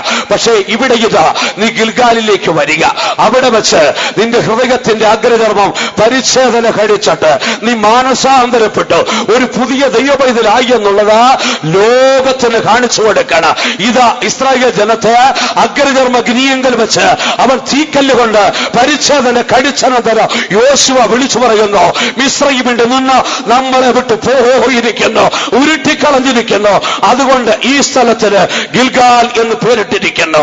ആകയാൽ നീ വന്നെത്തേണ്ടത് ഗിൽഗാലിലാണ് വന്നെത്തേണ്ടത്. എന്ന് വെച്ചാൽ നിന്റെ പഴയകാല ജീവിതത്തിന്റെ സകല തിന്മകള്, സകല ദുഷ്പേരുകള്, സകല നിന്ദകള് നിന്റെ ജീവിതത്തിൽ നിന്ന് മാറ്റപ്പെട്ടിട്ട് നിന്റെ ഹൃദയത്തിന്റെ അഗ്രചർമ്മം പരിച്ഛേദന കഴിച്ച് നിന്റെ ചെവി പരിച്ഛേദന കഴിച്ച് ഒരു പുതിയ സൃഷ്ടിയായി ദൈവത്തിന് നിന്നെ തന്നെ സമർപ്പിക്കുവാൻ, നിന്റെ പഴയ സ്വഭാവങ്ങളെ ഉരുട്ടിക്കളയുവാൻ നീ ഗിൽഗാലിലേക്ക് കടന്നു വരണം. അതാണ് ഗിൽഗാലിന്റെ പ്രത്യേകത. ഗിൽഗാലിൽ കടന്നു വന്നാൽ നിന്റെ പഴയ സ്വഭാവങ്ങള്, പഴയ മിസ്രയീമിൽ നിന്ന് പഴയ പാപപ്രകൃതങ്ങള്, പഴയകാലത്ത് നീ വഹിച്ചുകൊണ്ടിരുന്ന ദുഷ്പേര്, അതൊക്കെയും നിന്റെ ജീവിതത്തിൽ നിന്ന് നീക്കി കളയുവാൻ തക്കവണ്ണം നിന്റെ ഹൃദയത്തെ പരിച്ഛേദന കഴിക്കണം. എന്ന് വെച്ചാൽ നിന്റെ ഹൃദയം നുറുങ്ങണം, നിന്റെ ഹൃദയം മുറിയണം, നീ ദൈവത്തിനുസരിച്ച് കരയണം, കണ്ണുനീരോടെ നിലവിളിക്കണം. നുറുങ്ങിയ ഹൃദയങ്ങളെ തമ്പുരാൻ ഒരിക്കലും നിരസിക്കത്തില്ല. അത് മാത്രമല്ല, രണ്ടാമത് ഈ ഗിൽഗാൽ എന്ന് പറയുമ്പോൾ അവിടെ വെച്ചാണ് ശൗലിന്റെ രാജത്വം പുതുക്കിക്കൊടുത്തത്. ആകയാൽ നിന്റെ ജീവിതത്തിൽ നിന്റെ അഭിഷേകത്തിന്റെ ശക്തിയെ നീ ഇവിടെ വെച്ച് പുതുക്കണം. പുതുതായി നിന്റെ ജീവിതത്തിൽ ഒരു തീരുമാനമെടുത്ത് നിന്നെ നിന്ന് ഉരുട്ടിക്കളഞ്ഞതര നിന്റെ അഭിഷേകത്തിന്റെ ശക്തിയെ നീ പുതുക്കണം. അവിടെ വെച്ച് നീ രണ്ട് യാഗം കഴിക്കണം. ഒന്ന് ഒരു ഹോമയാഗം, രണ്ട് ഒരു സമാധാനയാഗം. എന്താണ് ഹോമയാഗം എന്ന് പറയുന്നത്? ദൈവത്തോട് തീരുമാനം നീ എടുത്താട്ടെ, കർത്താവേ നീ എനിക്കൊരു ശിഷ്ടായുസ് തരുന്നെങ്കിൽ എന്റെ ജീവിതത്തിൽ എനിക്കിനി എത്ര വർഷമുണ്ടെന്ന് അറിയത്തില്ല, നീ എനിക്കൊരു ശിഷ്ട ജീവിതം തരുന്നെങ്കിൽ അത് ഞാൻ നിനക്ക് വേണ്ടി ജീവിക്കുക, നിന്നെ പ്രസാദിപ്പിച്ചുകൊണ്ട് ജീവിക്കുക, നിനക്ക് പ്രസാദകരമായി ജീവിക്കുക. ഇന്ന് രാത്രി എത്ര ദൈവമക്കൾക്ക് ഗിൽഗാലിൽ വെച്ച് അങ്ങനെ ഒരു ഹോമയാഗം കഴിക്കുവാൻ നിങ്ങൾക്ക് മനസ്സുണ്ട്? ഇന്ന് രാത്രി നിങ്ങളുടെ നിന്ന് ഉരുട്ടിക്കളഞ്ഞിട്ട് നിങ്ങളുടെ രാജത്വം പുതുക്കിക്കൊണ്ട് നിങ്ങൾ പറഞ്ഞോട്ടെ, കർത്താവേ ഇവിടെ ഇത് എന്നെ തന്നെ ഹോമയാഗമായിട്ട് അർപ്പിക്കുന്നു. എന്റെ ജീവിതത്തിൽ ഒരു ദിവസം നീ ബാക്കി തന്നാൽ, ഒരു മണിക്കൂർ നീ ബാക്കി തന്നാൽ അത് ഞാൻ നിന്നെ പ്രസാദിപ്പിച്ചുകൊണ്ട് ജീവിക്കുക, നിനക്ക് വേണ്ടി ഞാൻ ജീവിക്കുക. അത് മാത്രമല്ല, രണ്ടാമത് ഒരു സമാധാനയാഗം കഴിക്കണം. ഈ ലോകത്തിൽ നിനക്ക് ആര് ശത്രു ഉണ്ടായിരിക്കരുത്. ഒരൊറ്റ ശത്രുവിനെ നിനക്ക് അനുവദിച്ചിട്ടുണ്ട്. ലോകത്തിൽ ജീവിക്കുമ്പോൾ ഒരൊറ്റ ശത്രു. നീ വിചാരിക്കും നിന്റെ ഭാര്യയാണെന്ന്, അല്ലെങ്കിൽ വിചാരിക്കുക അമ്മായിമ്മയാണെന്നല്ല, നിന്റെ ഭാര്യ അമ്മായിമ്മയൊന്നല്ല. നിനക്കൊരൊറ്റ ശത്രുവുണ്ട്, അത് പിശാചാണ്, അത് സാത്താനാണ്. അല്ലാതെ ഒരു വ്യക്തി പോലും നിനക്ക് ലോകത്ത് ശത്രുക്കൾ ഉണ്ടായിരിക്കരുത്. ലോകത്തിലെല്ലാവരോടും നീ സമാധാനമാചരിക്കാൻ തീരുമാനിക്കണം, എങ്കിലേ നിന്റെ വിശുദ്ധീകരണം പൂർത്തീകരിക്കപ്പെടത്തുള്ളൂ. ആകയാൽ ഇന്ന് രാത്രികാലം ദൈവസന്നിധി വിട്ടു പോകുമ്പോൾ നീ എല്ലാവരോടും സമാധാനത്തെ പാലിച്ച് ജീവിക്കുവാൻ നിന്റെ ജീവിതത്തിൽ തീരുമാനമെടുക്കണം. അങ്ങനെ ഒരു തീരുമാനം നീ എടുത്തു കഴിഞ്ഞാൽ നിന്റെ ജീവിതത്തിൽ വർഷങ്ങളായി നിന്നെ കെട്ടിവച്ചിരിക്കുന്ന രോഗത്തിന്റെ കെട്ടുകൾ നിന്നെ വിട്ട് അടിഞ്ഞു പോകുവാൻ ഇടയായിത്തീരും. നിന്നെ ബന്ധിച്ചിരിക്കുന്ന ശാപത്തിന്റെ ശക്തികൾ നിന്നെ വിട്ട് അടിഞ്ഞു പോകുവാൻ ഇടയായിത്തീരും. ചില വർഷങ്ങൾക്ക് മുമ്പ് ഒരു വിശ്വാസ സഹോദരി പാസ്റ്റർ മനോഹരന്റെ അടുക്കൽ പ്രാർത്ഥിക്കുവാൻ വേണ്ടി കടന്നു വന്നു. അവിടെ ആസ്മാരോഗത്തിന് വേണ്ടി പ്രാർത്ഥിച്ചനന്തരം പറഞ്ഞു വിട്ടു. വീണ്ടും ഒരാഴ്ച കഴിഞ്ഞിട്ട് വീണ്ടും വന്നു, വീണ്ടും പ്രാർത്ഥിച്ചു, അവർക്ക് സൗഖ്യമില്ല പറഞ്ഞു വിട്ടു. വീണ്ടും പ്രാർത്ഥിക്കുവാൻ കടന്നു വന്നപ്പോൾ ദൈവാത്മാവ് പാസ്റ്റർ മനോഹരനോട് പറഞ്ഞു, ഈ സഹോദരിയുടെ ഉള്ളിൽ പകയുടെ ആത്മാവിരിപ്പുണ്ട്. പാസ്റ്റർ മനോഹരൻ ചോദിച്ചു, നിങ്ങൾ ആരോടെങ്കിലും ഐക്യമില്ലാതെ സമാധാനമില്ലാതെ ഇരിക്കുന്നു? ആദ്യം ആ സഹോദരി നിഷേധിച്ചെങ്കിൽ രണ്ടാമത് അവർ പറഞ്ഞു, അവിടെ ഭർത്താവിന്റെ സഹോദരിയോട് 30 വർഷമായിട്ട് സംസാരിച്ചിട്ടില്ല. പാസ്റ്റർ മനോഹരൻ പറഞ്ഞു, ഈ രോഗാത്മാവ് നിങ്ങളെ വിട്ടു പോകണമെങ്കിൽ ആ കയ്പ് നിങ്ങളുടെ ഹൃദയത്തിൽ നിന്ന് മാറ്റപ്പെടണം. നിങ്ങൾ പോയി ക്ഷമ ചോദിക്കണം, നിങ്ങൾ സമാധാനത്തെ പാലിക്കണം, അതിനുശേഷം കടന്നു വന്നോട്ടെ. ആ സഹോദരി കടന്നുപോയി, നിരപ്പ് പ്രാപിച്ച് ക്രമീകരിച്ച് ആ വിശുദ്ധന്റെ അടുക്കൽ കടന്നു വന്നു. താൻ പ്രാർത്ഥിച്ചു, ദൈവ അത്ഭുത വിടുതൽ കൊടുത്തു. ഇന്ന് രാത്രി ഒരു സമാധാനത്തിന്റെ യാഗത്തെ നീ കഴിച്ചിട്ട്, ഞാൻ ദൈവത്തോട് സമാധാനം, വിശുദ്ധന്മാരോട് സമാധാനം, ദൈവമക്കളോട് സമാധാനം, എല്ലാവരോട് ഞാൻ സമാധാനത്തെ പാലിക്കുമെന്ന് ഒരു ഉടമ്പടി നിനക്കെടുക്കുവാൻ കഴിയില്ലെങ്കിൽ ഇന്ന് രാത്രി ദൈവത്തിന്റെ പരിശുദ്ധാത്മാവ് നിന്റെ കെട്ടുകളെ പൊട്ടിക്ക്, നിന്റെ ജീവിതത്തിൽ അത്ഭുതങ്ങളെ ചെയ്യ. കണ്ണുകളെ മുറിയാട്ടെ, മുഴുവൻ കാലുകളെ മടക്കിയാട്ടെ. കേട്ട ദൈവത്തിന്റെ ആലോചനയ്ക്ക് മുമ്പിൽ ഗിൽഗാലിലേക്ക് നിങ്ങൾ വന്നിരിക്കുന്നു. ഈ ഗിൽഗാലിൽ വെച്ച് നിന്നെ നിന്ന് ഉരുട്ടിക്കളഞ്ഞോട്ടെ, നിന്റെ രാജ്യത്വത്തെ നീ പുതുക്കിയാട്ടെ, ഇവിടെ വെച്ച് നിന്റെ ജീവിതത്തിൽ ഒരു ഉടമ്പടി ചെയ്താട്ടെ. കർത്താവേ, എനിക്ക് ഇത്ര വയസ്സായി, ഒരു ദിവസം കൂടെ തരുന്നെങ്കിൽ ഞാൻ എന്റെ യേശുവിന് വേണ്ടി ജീവിക്കുക, കർത്താവിന് വേണ്ടി എന്റെ ഹൃദയം കൊടുക്കുക, എല്ലാവരോടും ഞാൻ സമാധാനത്തെ പാലിക്കുക. 4 അരുളപ്പാടുകളെ കൊടുത്തു. അത് നിന്റെ ജീവിതത്തിൽ ജ്ഞാപകമായിരിക്കണം. റാഹേലിന്റെ കല്ലറത്തോൾ നീ ഓർത്തിരിക്കുക. നിന്റെ ജീവിതത്തിൽ ഒരിക്കലും അങ്ങനെ സംഭവിക്കരുത്. ബഥേലിലേക്ക് പോകുമ്പോൾ ആ കരിവേലകത്തെ നീ മറക്കരുത്. കുടിച്ചിടാവുന്നത് കുടിച്ചിട്ടിട്ട് ബഥേലിലേക്ക് നീ കടന്നു പോകാവൂ. യാഗം കടിച്ചു കഴിഞ്ഞാൽ നീ ദൈവഗിരിയിൽ പോയി അഭിഷേകം പ്രാപിക്കണം. അവിടെ ഫെലിസ്ത്യരുടെ പട്ടാളമുണ്ട്, നീ അതിനെ പോരാടി ജയിക്കണം. അഭിഷേകത്തെ നിറയുമ്പോൾ യുക്തമെന്ന് നീ ചോദിച്ചത് നീ ചെയ്തു പോകണം. അവിടെ നീ ഗിൽഗാലിലേക്ക് വരണം. നിന്റെ ഹൃദയത്തെ പരിശോധന കഴിക്കണം, ഒരു പുതിയ തീരുമാനം കൈക്കൊള്ളണം, നിന്നെ നിന്ന് ഉരുട്ടിക്കളയണം, നിന്റെ അഭിഷേകത്തെ നീ പുതുക്കണം. അനന്തരമായി നിന്റെ ജീവിതം ദൈവത്തിന് കൊടുക്കുവാൻ സമർപ്പിക്കുവാൻ തീരുമാനിക്കണം. ലോകത്തിലെ എല്ലാ മനുഷ്യരോട് സമാധാനം ഞാൻ ആചരിക്കുമെന്ന് ഇന്ന് രാത്രി നീ തീരുമാനിക്കണം. ആകിയാൽ യഹോവയുടെ അരുളപ്പാട് അറിയിക്കേണ്ടതിന് നീ ഒരൽപ്പം നിൽക്ക എന്ന് പറഞ്ഞിരിക്കുന്നു. ഇന്ന് രാത്രി ദൈവത്തിന്റെ അരുളപ്പാട് അറിയിച്ചു കഴിഞ്ഞു. അത് ഏറ്റെടുത്ത് എത്ര മക്കളുണ്ട്? എന്റെ ഹൃദയത്തെ സമർപ്പിക്കുന്നു.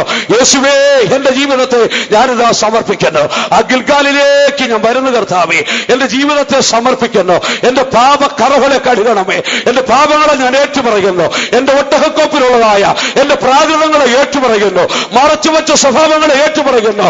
ഏറ്റുപറയാൻ ആഗ്രഹിക്കേണ്ട മക്കൾ, വിടുതൽ ആഗ്രഹിക്കേണ്ട മക്കൾ, ദയവായി വായി തുറന്ന് ദൈവത്തോട് നിലവിളിച്ചാട്ടെ. ആരും മൗനമായിട്ടിരിക്കരുത്. ദേവഗിരിയിൽ പിശാചുണ്ട്, ഫിലിസ്ത്യരുടെ പട്ടാളമുണ്ട്. സാത്താൻ ഒരുപക്ഷെ നിന്നോട് മൗനമായിട്ടിരിക്കാൻ പറഞ്ഞേക്ക്. സാത്താൻ ഒരുപക്ഷെ നിന്നോട് ആത്മാവിൽ നിറയരുതെന്ന് പറഞ്ഞേക്ക്. പക്ഷെ ദേവഗിരിയിൽ വന്നാൽ ആത്മാവ് നിന്റെ മേൽ ഇറങ്ങണം. നീ ആൾ മാറിയതുപോലെ ആയിത്തീരണം. പരിശുദ്ധാത്മാവിൽ നിറഞ്ഞിട്ട് യുക്തമെന്ന് നീ ചെയ്യണം. നിനക്ക് ആത്മാവ് സന്തോഷിക്കണമെങ്കിൽ പരിശുദ്ധാത്മാവ് സന്തോഷിച്ചാട്ടെ, കരങ്ങളടിച്ച് സന്തോഷിച്ചാട്ടെ, വായു തുറന്ന് ദൈവത്തെ സ്തുതിച്ചാട്ടെ, ഉറക്കെ ഹല്ലേലൂയ പറഞ്ഞ് സ്തുതിച്ചാട്ടെ, അന്യഭാഷയിൽ ദൈവത്തെ സ്തുതിച്ചാട്ടെ. ഫെലിസ്ത്യന്റെ പട്ടാളം തോറ്റോടട്ടെ, ബന്ധനങ്ങൾ അടിഞ്ഞു വീഴട്ടെ. ഇന്ന് രാത്രികാലം ഏൽപ്പിച്ചു കൊടുത്താട്ടെ. ഇന്ന് രാത്രി നമ്മുടെ ജീവിതത്തിൽ ഒരു വിടുതലിന്റെ രാത്രിയായി തരട്ടെ.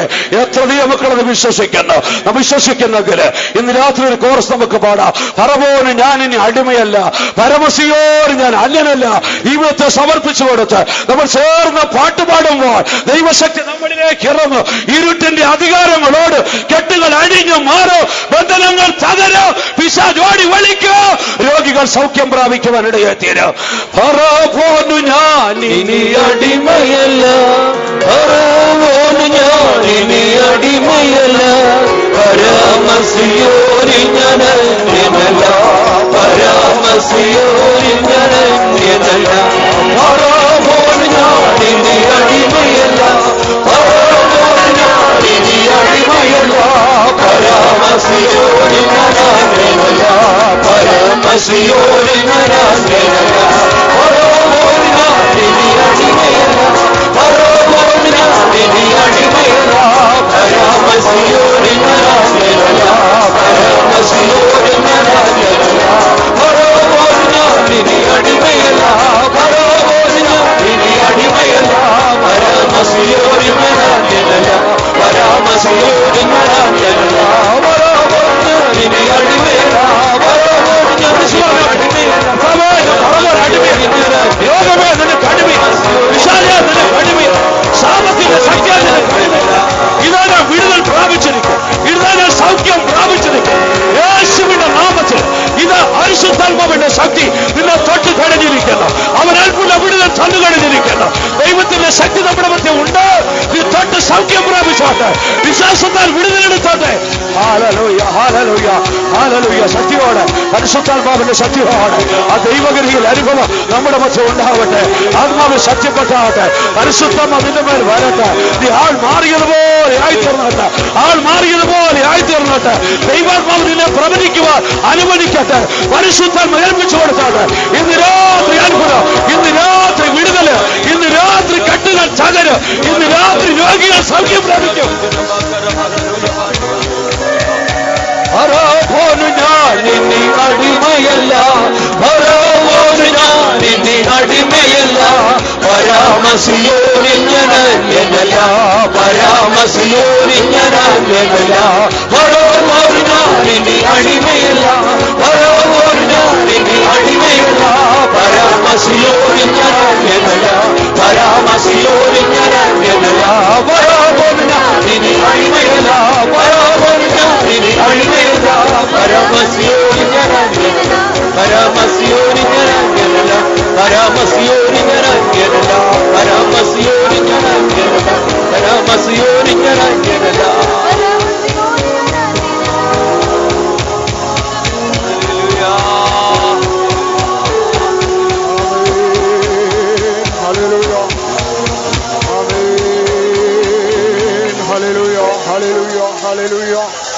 Praise the Lord, praise the Lord. ദൈവത്തിന് മഹത്വം. Hallelujah, hallelujah, hallelujah, hallelujah, hallelujah, hallelujah, hallelujah, hallelujah.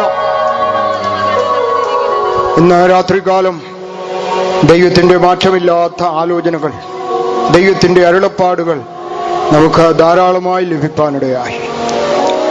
ദൈവവചനം അതിശക്തമായി നമ്മളോട് ഇടപെട്ടു.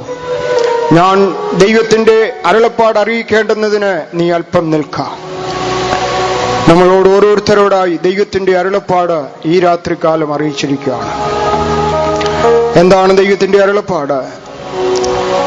പിതാക്കന്മാരുടെ ശാപം നമ്മുടെ ജീവിതത്തിൽ ഉണ്ടാകാതെ നമുക്ക് പിതാക്കന്മാരുടെ കല്ലറയിൽ എത്തുവാനിടയാകണം.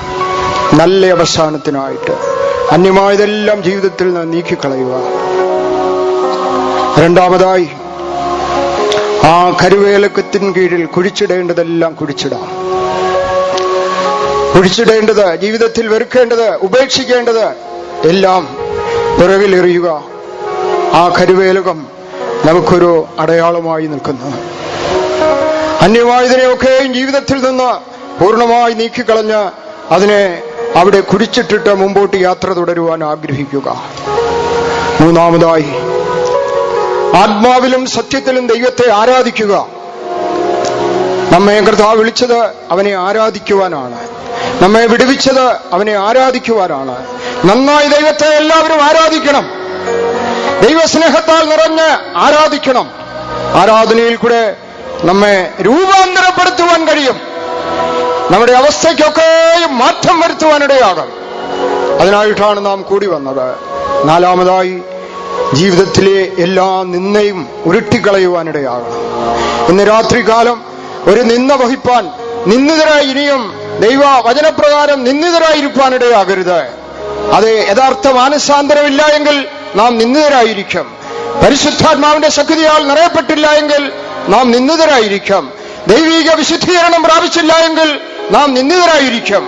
ആ നിന്ദകളെല്ലാം ഇന്ന് രാത്രിയിൽ നമ്മുടെ ജീവിതത്തിൽ നിന്ന് നീക്കിക്കളയുവാനിടയാകട്ടെ.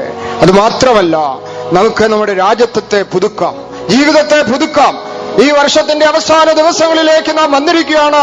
നമ്മുടെ ജീവിതത്തെ പുതുക്കാം. നമുക്ക് ഹോമയാഗം കഴിക്കാം. ഒരു പുതിയ തീരുമാനമെടുക്കാം. അന്യമായതെല്ലാം നീങ്ങിപ്പോകട്ടെ. അത് ഹോമയാഗമായി തീരട്ടെ. അത് ഇനി നമ്മുടെ ജീവിതത്തിൽ ഉണ്ടാകാതെ ഇരിക്കട്ടെ. ഒരു സമാധാനയാഗം കഴിക്കാം. ദൈവത്തോടും മനുഷ്യരോടും സമാധാനം ആചരിക്കാം. സമാധാനത്തിൽ വാഴാം. ദൈവ സമാധാനം നമ്മുടെ ഹൃദയങ്ങളിൽ വാഴട്ടെ. അതിനായി നമ്മെ സമർപ്പിച്ച് എല്ലാവർക്കും എഴുന്നേറ്റ് നിന്ന് ദൈവത്തെ മഹത്വപ്പെടുത്താം. എല്ലാവരും ദൈവസന്നിധിയിൽ എഴുന്നേറ്റ് നിന്നാട്ടെ. അതെ, ഈ കേട്ട വചനപ്രകാരം നാം ഇന്ന് രാത്രിയിൽ ആൾ മാറിയതുപോലെ ആയിത്തീരണം. നമ്മുടെ ജീവിതം പുതുക്കപ്പെടണം. നാം ദൈവസ്നേഹത്താൽ നിറയപ്പെട്ട് ദൈവത്തെ ആരാധിച്ച് മടങ്ങിപ്പോകുവാനിടയാകണം. നമുക്കും നമ്മുടെ പിതാക്കന്മാരുടെ ആ കല്ലറയിൽ എത്തിച്ചേരുക എന്ന് പറയുന്നത് നല്ല അവസാനം പ്രാപിച്ച് കർത്താവിനെ എതിരേൽക്കുവാനിടയാകണം. നല്ല അവസാനം പ്രാപിപ്പാൻ തക്കതുപോലെ നാം ഒരുക്കപ്പെടണം. അതേ, നമുക്ക് നമ്മുടെ നിന്ദകളെല്ലാം നീക്കിക്കളയാം. പ്രിയ സഹോദര, നീ ഇന്നും അതേ പാപത്തിന് ദൈവഹിതമില്ലാത്ത കാര്യങ്ങൾക്ക് അടിമയെങ്കിൽ നീ നിന്ദിതനായിരിക്കും ദൈവസന്നിധിയിൽ. നീ സമ്പൂർണമായി നിന്നെ സമർപ്പിച്ച് അന്യമായതെല്ലാം നീക്കിക്കളയുക, ഉരുട്ടിക്കളയുക. അതേ, നീ അവിശക്ത ആ അനുഭവം ഇല്ല എങ്കിൽ, പരിശുദ്ധാത്മാവിന്റെ നിറവില്ല എങ്കിൽ നീ നിന്ദിതനായിരിക്കും ദൈവസന്നിധിയിൽ. അതേ, ആ അനുഭവം ഇന്ന് രാത്രിയിൽ നിന്റെ ജീവിതത്തിൽ നീക്കപ്പെട്ടിട്ട് അഭിഷേക ശക്തിയാൽ നിറയപ്പെടുക. ആത്മാവിൽ ആരാധിക്കുക, ആത്മാവിൽ നൃത്തം ചെയ്യുക. ദൈവത്തിന്റെ ആലോചന നിനക്ക് ലഭിക്കും. ആത്മാവിനാൽ ശരീരത്തിന്റെ പ്രവൃത്തികളെ മരിപ്പിക്കുവാനിടയാകും. ഇന്ന് രാത്രിയിൽ ആ രാജത്വത്തെ നമുക്ക് ഒരു നിമിഷം പുതുക്കിയിട്ട് സമാധാനത്തോടെ കടന്നു പോകാം. ദൈവത്തോടും മനുഷ്യരോടും സമാധാനം ആചരിച്ചിരിപ്പാനിടയാകട്ടെ. ദൈവ സമാധാനം എല്ലാ ഹൃദയങ്ങളിലും നിറഞ്ഞു കവിയുവാനിടയാകട്ടെ. എല്ലാ ദുഃഖവും നീങ്ങിപ്പോകട്ടെ. എല്ലാ വിധത്തിലും അനുഗ്രഹിക്കപ്പെട്ടു പോകാനിടയാകട്ടെ. അതിനായി നമ്മെ വീണ്ടും സമർപ്പിച്ചു കൊടുക്കാം. എൻ സങ്കടങ്ങൾ സകലവും തീർന്നു പോയി, സംഹാരദൂതൻ എന്നെ കടന്നു പോയി, സംഹാരദൂതൻ